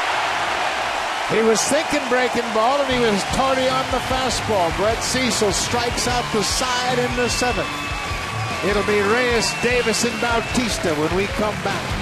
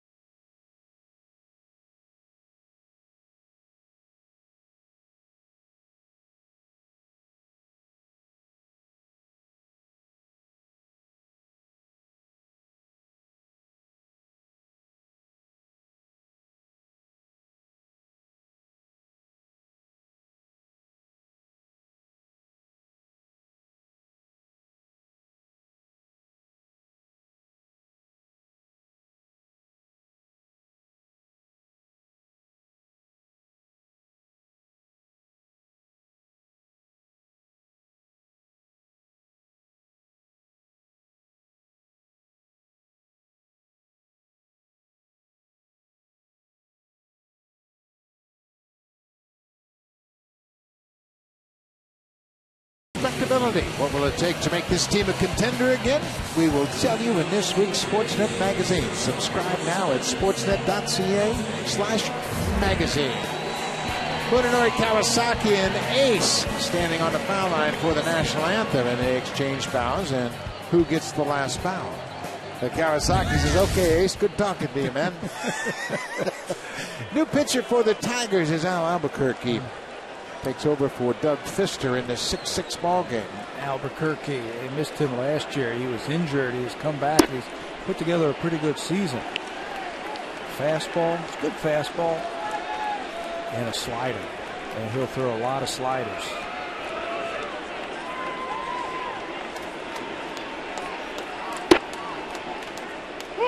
Ball on the strike. Top of the order for the Blue Jays. Reyes, Davis, and Bautista.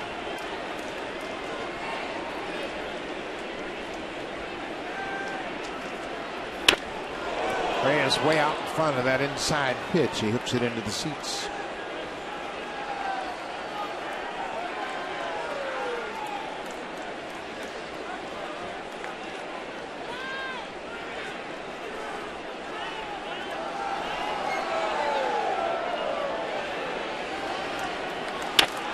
On the ground, Peralta sure-handed is short in time to get Reyes. One down. Doug Fister, the Tigers starter, gave up 4 runs in the first inning, 2 more in the second, but he settled in nicely and kept the Tigers right in this ballgame. Yeah, retired 13 of the last 14 batters he faced after the home run by Rasmus that tied it up. That was back in the second inning. Touched up for 6 earned runs, just 1 walk. That was to Bautista in the second inning, right in front of that home run by Rasmus. A good job by Fister to slam it shut after that first inning. For 104 pitches over his 6 innings of work, 38 of those came in the first inning. Rajai Davis held hitless so far. He was hit by a pitch in the first. He's flied out and grounded out. Now Davis is the guy you need on base. 21 steals in 23 attempts for the season.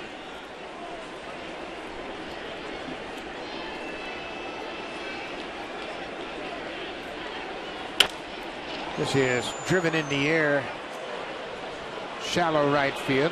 Infante makes the catch, the second baseman, and there are 2 down. So it's a battle of the bullpens from this point forward. Brett Saso, 2 good innings of work, including striking out the side in the 7th. Aaron Loup had a clean inning with 2 strikeouts. Juan Perez pitched 2 1/3. Bullpen continues to shine for the Blue Jays.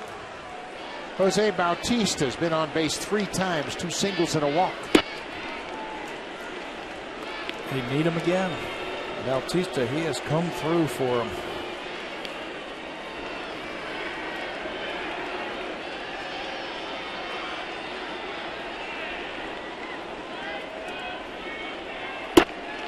Bautista in his last 5 games, including a 2-hit performance tonight, is 9 for 17. With a lot of home run power. You throw it on the inner half, and he's been turning on it. And I think that's why they're not going to give him anything to hit. Without Lind and Encarnacion in the lineup, Bautista's the one guy that you just have to tell yourself, he can't beat us.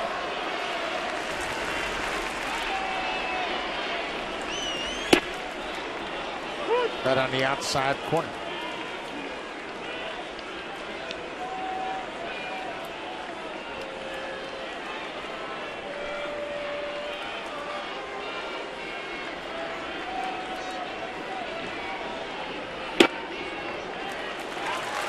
Albuquerque thought that might have caught the top of the strike zone, but Bautista will take the walk. He's been on base 4 times tonight. 2 singles and a pair of walks.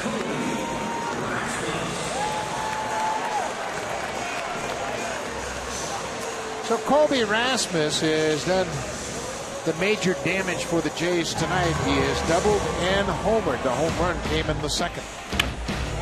Double down the left field line. This time cranks the first pitch he sees after the walk to Bautista to tie it up. I'll look for a same pitch out over the plate like that. See if you can get a gapper.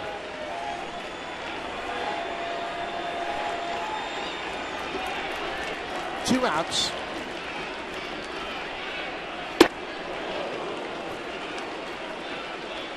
Looks like a slider inside to Rasmus. Albuquerque's ahead. Yeah, he'll throw a lot of them. Still has to mix in a few fastballs, but he'll keep throwing that slider.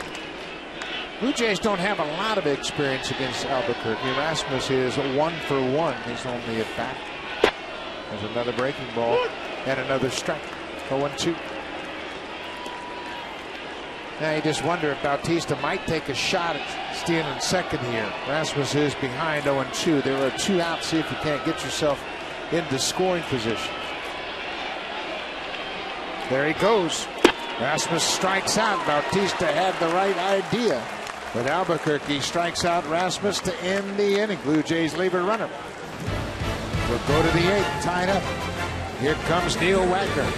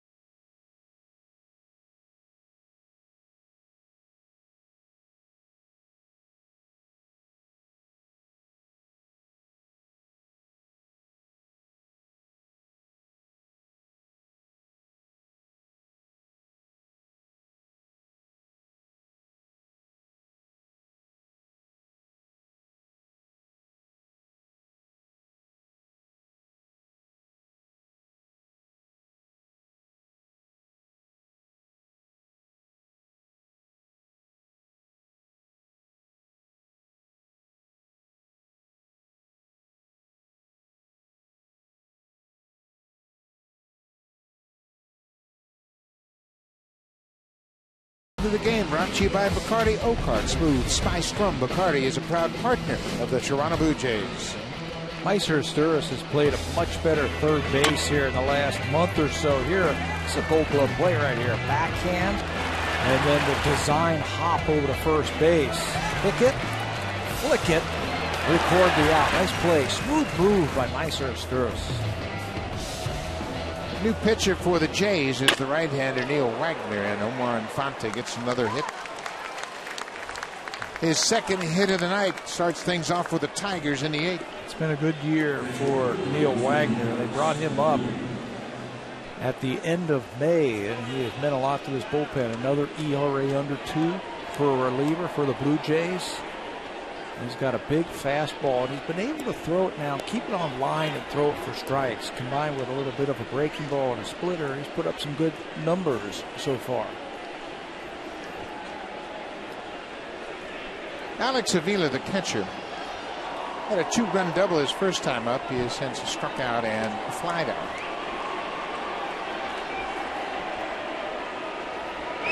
Just in case they're thinking hit and run. Showed bunt. I think that's why you throw over there. Alex Avila squared around. Doesn't have a sacrifice bunt this year. I wonder if he did that on his own. He might be trying to coax a fastball out of Neil Wagner. Little decoy on that square around. Squares around again and bunts it back to the pitcher. They got a shot at second, but he didn't look. 1 out. Let's check in with Jamie Campbell.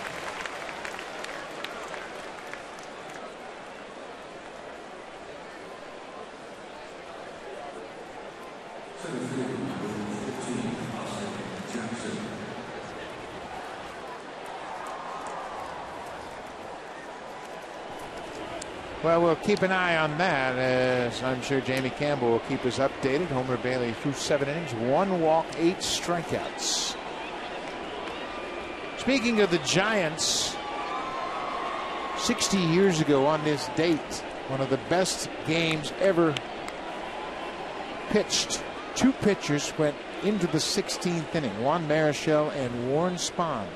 A scoreless game into the bottom of the 16th, and Willie Mays hit a 1-run solo home run, a 1-0 ball game, a walk-off home run.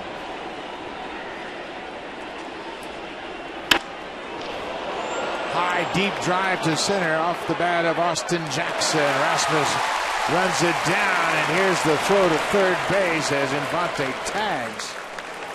2 outs.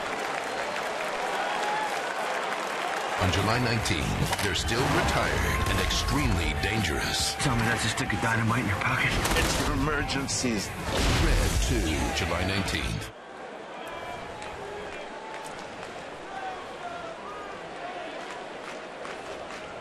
Pete Walker, the pitching coach, will join the conversation between Josh Thole and Neil Wagner.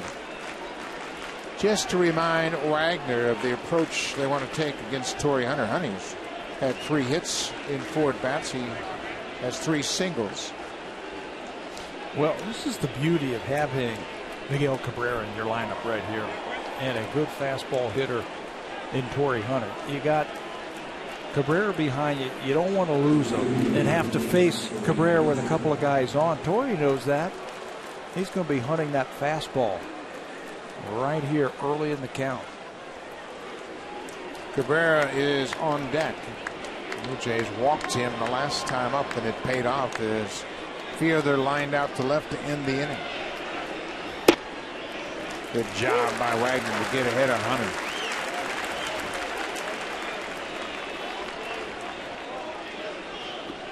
First time that Wagner has faced the Tigers, so they don't have much information on him, and he missed with that pitch. 97. Yeah, he generates a lot of speed. He's got a quick arm.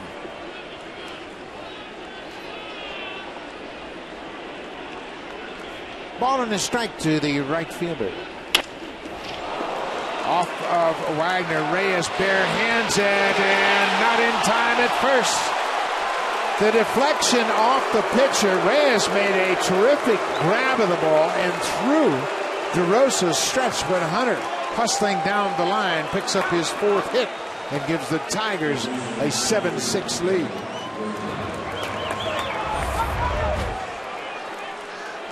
Looked like a breaking ball right off the foot. This would have been an outstanding play. Reyes all the way across the diamond, picked by DeRosa. Let's see in super slow-mo who gets there first. And it's Torrey Hunter. Good call by the first base umpire. Look where he is in perfect position, Mike Estabrook. Cabrera fouls the ball into the glove of the catcher. Well, that was a great example of the umpire. He was locked down, staring at that bag. Mike Estabrook got it right again. No, Tigers lead at 7-6. Miguel Cabrera. 2 outs.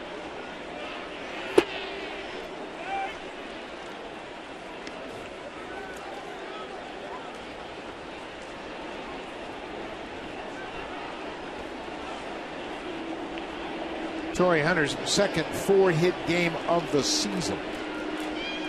His 28th multi-hit game.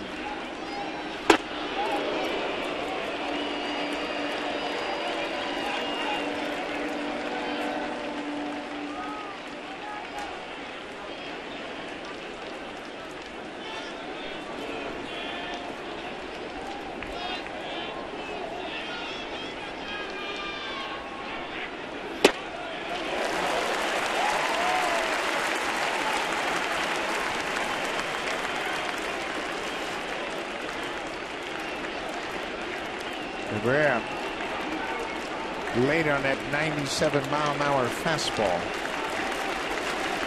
2 balls, 2 strikes, 2 outs. Just in case Hunter was thinking about running. He doesn't run like he did early in his career. Yeah, you don't want to take the bat out of this guy's hand right here. Wagner's got that big fastball. He's not afraid to throw inside either.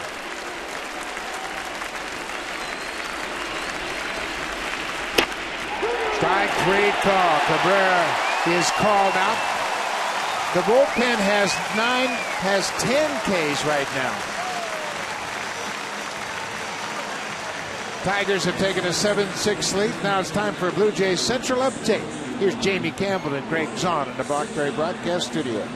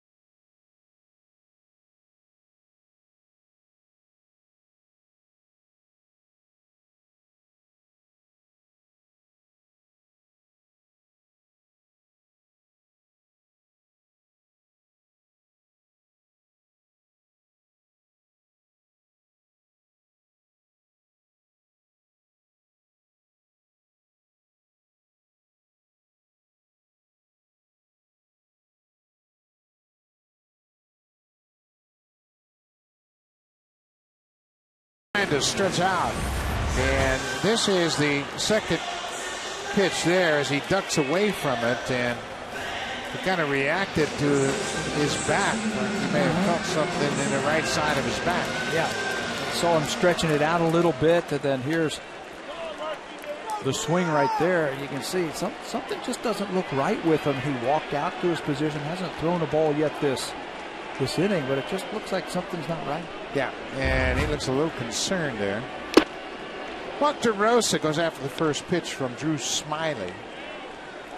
Cabrera is still trying to loosen up something in his side or back. Saw him stretching before the start of the inning. Left-hander Smiley is into the ball game. His 30th appearance of the season. He's worked well out of the pen. Yeah, he has really pitched well for the Tigers. Smiley, see the 51 strikeouts. That is third in the American League for relievers. Excuse me, second among relievers in innings pitched. And the 51 strikeouts up there also. He's done a great job. Fastball and a nice little slider.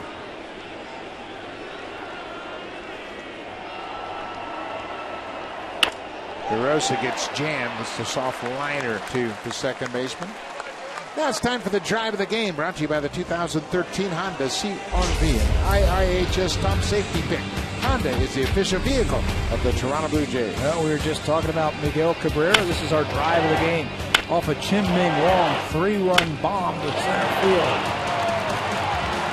Deep. That is a classic swing in production result from Miguel Cabrera. Smiley gets ahead of Isturis. Cabrera 26 home runs now.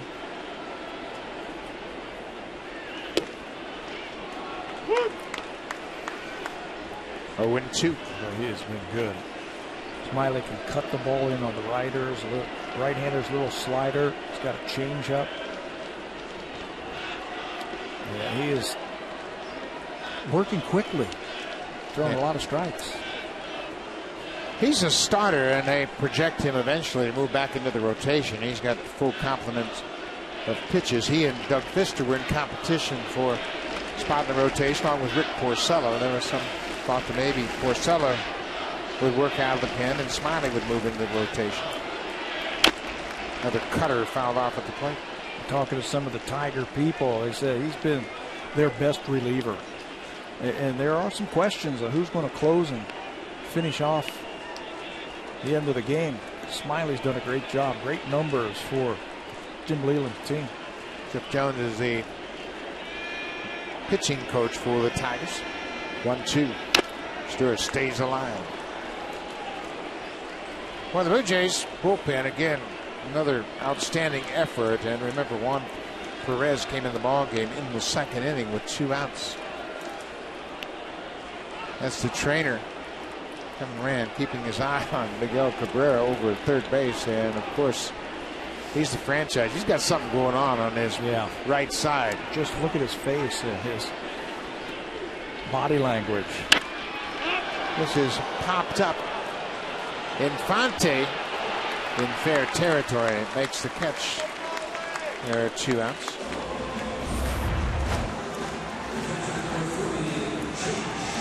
Yeah, he's talking to somebody in the Blue Jays dugout there, saying what the problem is. Pointing to his back. He didn't move on that pop-up. He just sat right in that position right there. Well, anytime you have a back problem and then you play on this artificial turf as hard as it is, it's going to magnify the problem. The way he is moving around out there and the look on his face, I don't know if he's going to be able to finish this game. Yeah, he is obviously trying to stay loose, and he's distracted right now for sure.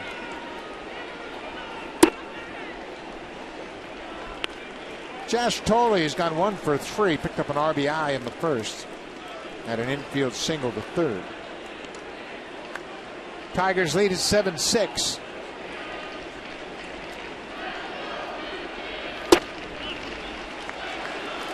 The Tigers will send Max Scherzer to the mound tomorrow night, and they'll follow that up with the former Cy Young Award winner, Justin Verlander.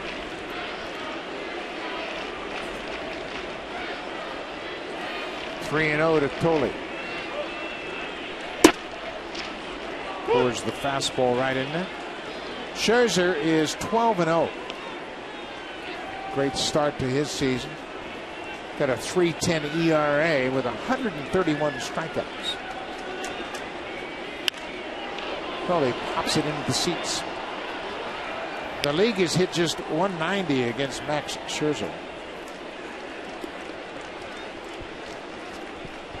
Scherzer will go up against Josh Johnson. And then in the series finale on Thursday night, it'll be Verlander against Ismael Rogers. Off the end of the bat, Peralta. Inning is over. We'll go to the ninth. Miguel Cabrera walking gingerly off the field. Darren Oliver into the ball game.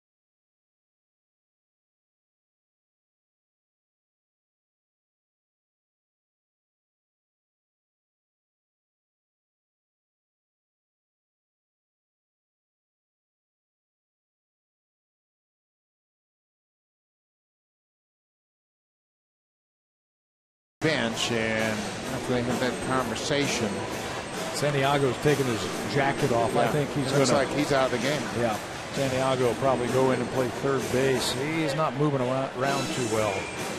Now he ducked back from an inside pitch, and then he took a swing later on the at bat, and he didn't look comfortable playing defense in the bottom of the eighth. New pitcher for the Blue Jays will be the fifth reliever. And used all four left-handers now. Darren Oliver makes his 25th appearance of the season. 3-1. He's won his last three decisions out there. He's got that ERA under 4 again. And he's like a surgeon out there, the way he operates. Prince Fielder is 3 for 4 against Oliver. You watch Darren pitch, and nothing just jumps out at you. You don't say, oh, great fastball or a great breaking ball. He just knows how to pitch. He knows how to set hitters up and throw good pitches and get outs. This is playable over in front of the Tigers dugout. Josh Tolley gets there, and Fielder's retired. 1 out. Let's check in with Jamie Campbell.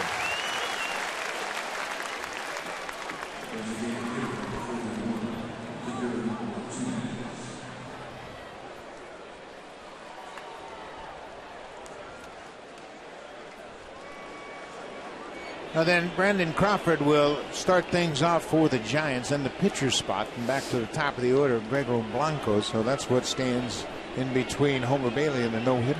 Giants have been a disappointment offensively this year.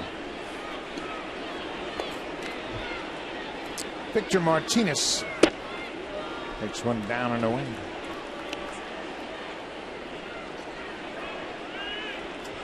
Martinez 1 for 4 tonight. Struck out his last time up against Brett Cecil. Cecil struck out the side and was 7.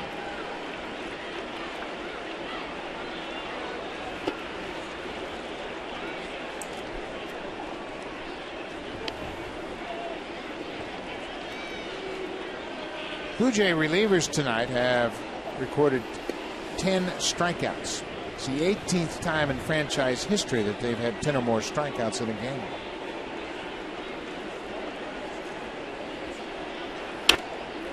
With the 10 strikeouts tonight, the Toronto Blue Jays bullpen now leads Major League Baseball with 274 strikeouts. They have changed the complexion of this bullpen dramatically with the power and the ability to rack up the strikeouts. It's amazing, isn't it? The guys that they can run out there with big arms, and they started getting all those guys last year. Started making some trades and looking for some guys who throw hard.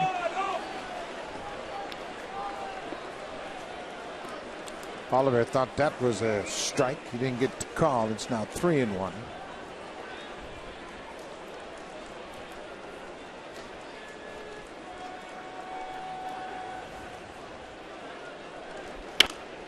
Martinez reaches for that outside pitch.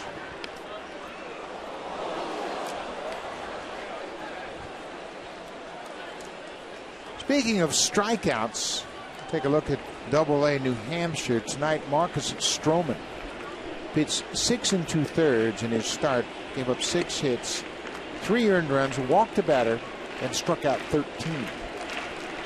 Move him up. Move him up, Triple-A. 13 strikeouts in 6 2/3 for Marcus Stroman in Double-A. Another foul back. Guess that slider was working for him. He's got a hard breaking ball, and certainly those who want to see him as a starter. Joaquin Manuel, who is currently the closer for the Tigers. Benoit is 5 for 5 in save opportunities, and they have flipped the coin lately.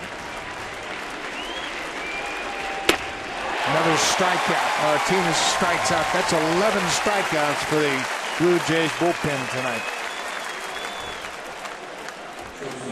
Uncharacteristically, Victor Martinez has always had a good eye and a lot of walks. Goes out of the strike zone, comes up empty as he strikes out for the second straight time.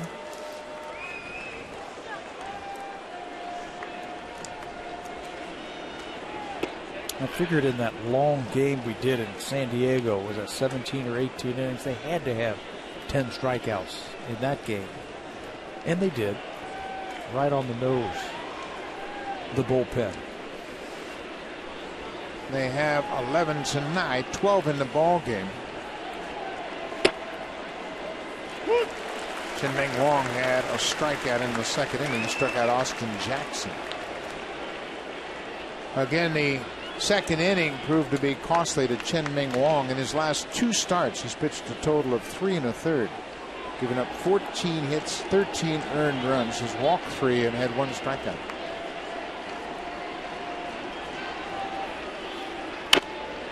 Connie Peralta fouls off the breaking ball. We are in the 9th. Blue Jays trail at 7-6.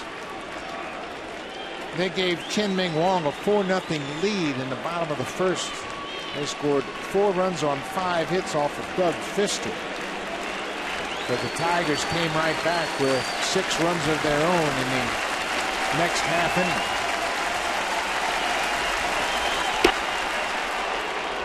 2-2.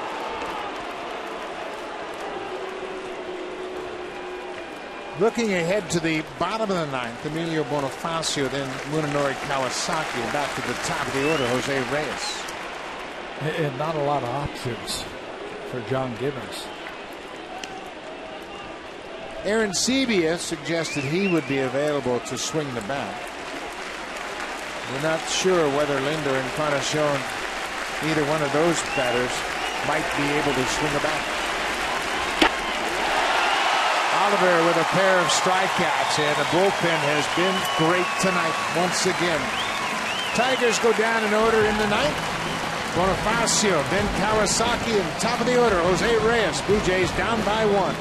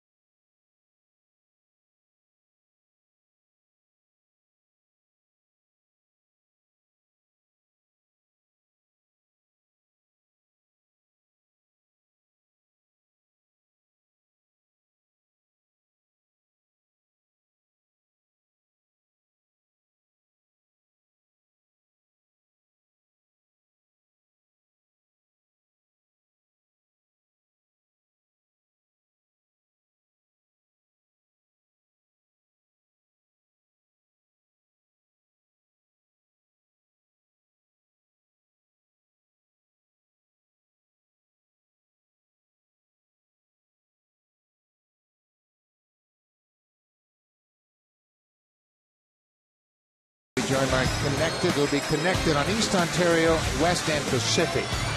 On Sportsnet 360, it'll be Blue Jays Express, but make a note the fact that Blue Jays Express will start at 10 p.m. Eastern Time. So that's what's coming up right after this game.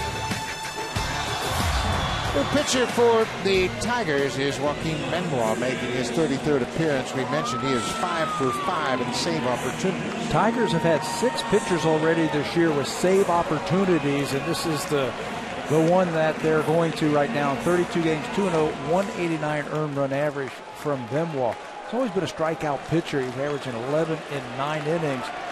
And he's going to be around the plate also. A nice 4-to-1 strikeout to walk ratio. Defensive changes also for the Tigers. Miguel Cabrera is out with an apparent injury, and Ramon Santiago takes over defensively at third. Emilio Bonifacio shows bunt and bunts it right back to the mound. Benoit just in time. Bang, bang at first. Benoit took his time, and Bonifacio nearly beat it out. With that great speed of Bonifacio, you can't take your time like that. He gathers himself and quickly throws it. Bonifacio looked like he might have beat that one. Another look. Boy, it was bang, bang at first. Fielder doesn't do much of a job of going to get the ball. He doesn't stretch toward the ball. It looks like he beat the throw. Yeah, it's hard for a right-hander playing first base to stretch like that, because you got to put your left foot on the bag to clear yourself from that runner. It's hard to stretch that way. You got to wait for that throw to come. Munenori Kawasaki got 0 for 3.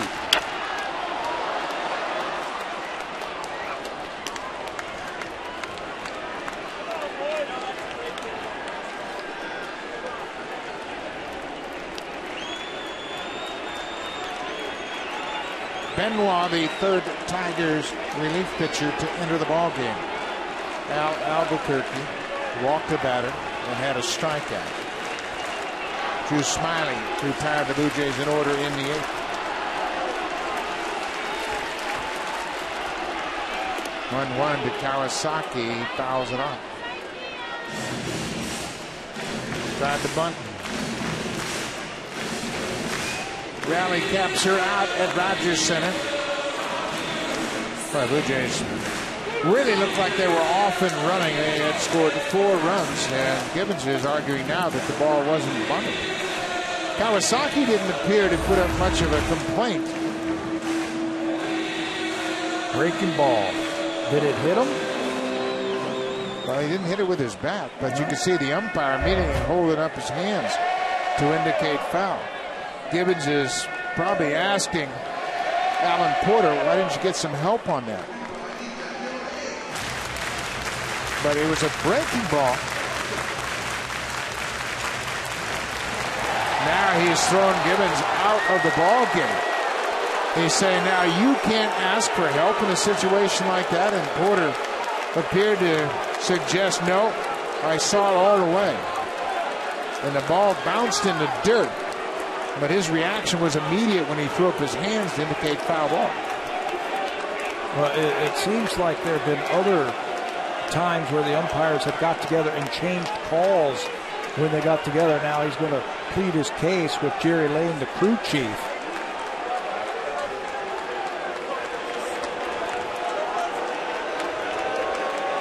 Well, the Blue Jays have had calls reversed against them. That's what I mean. Jeff Kellogg in New York reversed a play at first base because he saw the ball sitting on the ground when Encarnacion picked it off the dirt. And it was unsolicited. He just called it on his own because he saw it right. And this is a similar situation where Kawasaki shows bunt, pulls the ball back, and missed it by 6 inches.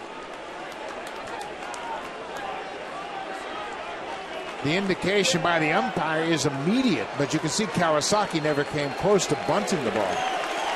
And then the umpire quickly raised his arms in the air, indicating foul, and John Gibbons has been ejected from this game.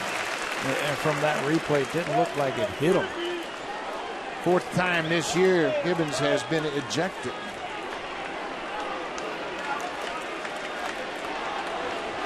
So Kawasaki deep in a hole now, 1-2.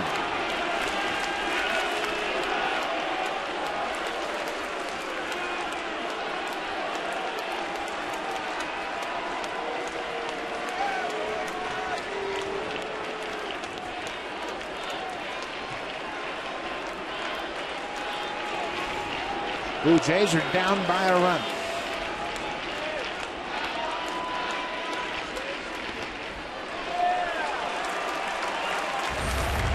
Let's see this play one more time. Breaking ball down in dirt. And the umpire right away calls foul ball. You know, if that's true, if he did call foul ball, Kawasaki's foot was on the plate too. See his foot land on the plate when he bunted at it and then pulled his foot back. 2 balls and 2 strikes. Kawasaki pulls it foul, wide of first.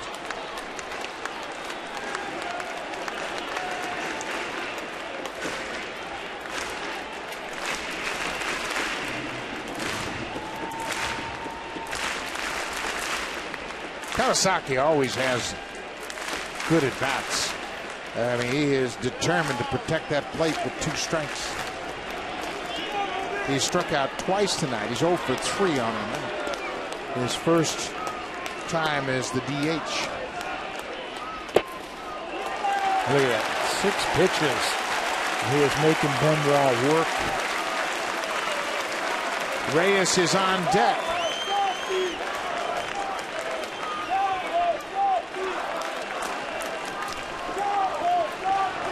Get your hot hitters to the plate.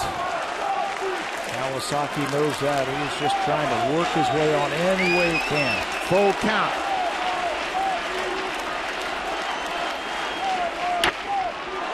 He's got to challenge him. He's got to throw him a fastball.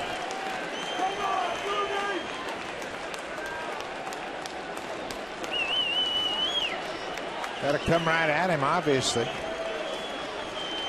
Big bats out of the lineup: Edwin Encarnacion, Adam Lind, and J.P. Arancibia. Blue Jays have scored 6 runs on 7 hits. Another 3-2 pitch. Kawasaki strikes out. 2 down. Now time for a preview of what's coming up on Connected. Here's Barry Davis and Ivanka Osman.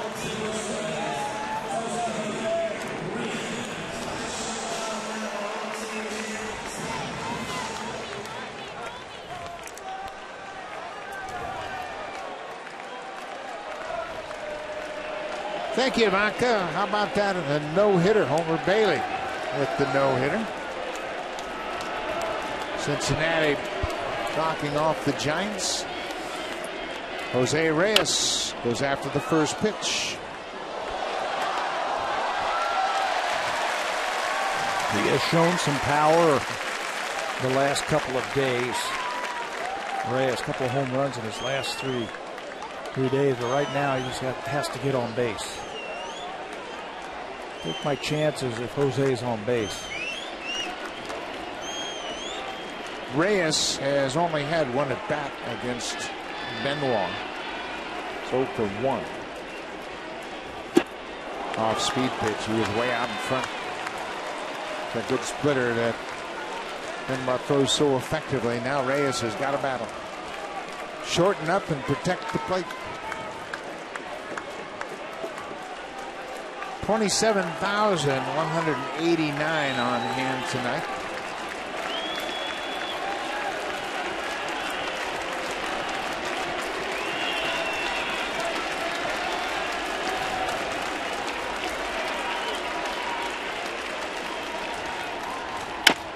Bouncing ball. Infante at second. Gets a high hop, and the Tigers win it. They scored a run in the 8th. An RBI infield hit by Torrey Hunter. The difference in the ballgame. Benoit picks up his 6th save. Torrey Hunter with a 4-hit night. Yeah, disappointing loss for the Blue Jays. They score 6 runs in the first 2 innings and can't hold on. Tigers come roaring back. And how about the tag-up play by Infante on that fly ball? Gets to third base, and he scores the game winner on the infield hit. Tigers win at 7-6. Good return for Alex Avila. We'll see you tomorrow night. Max Scherzer will go to the mound at 12-0. Coming up, connected on East Ontario, West and Pacific on Sportsnet 360. Stay tuned. Blue Jays Express, thanks for watching. We'll see you tomorrow night.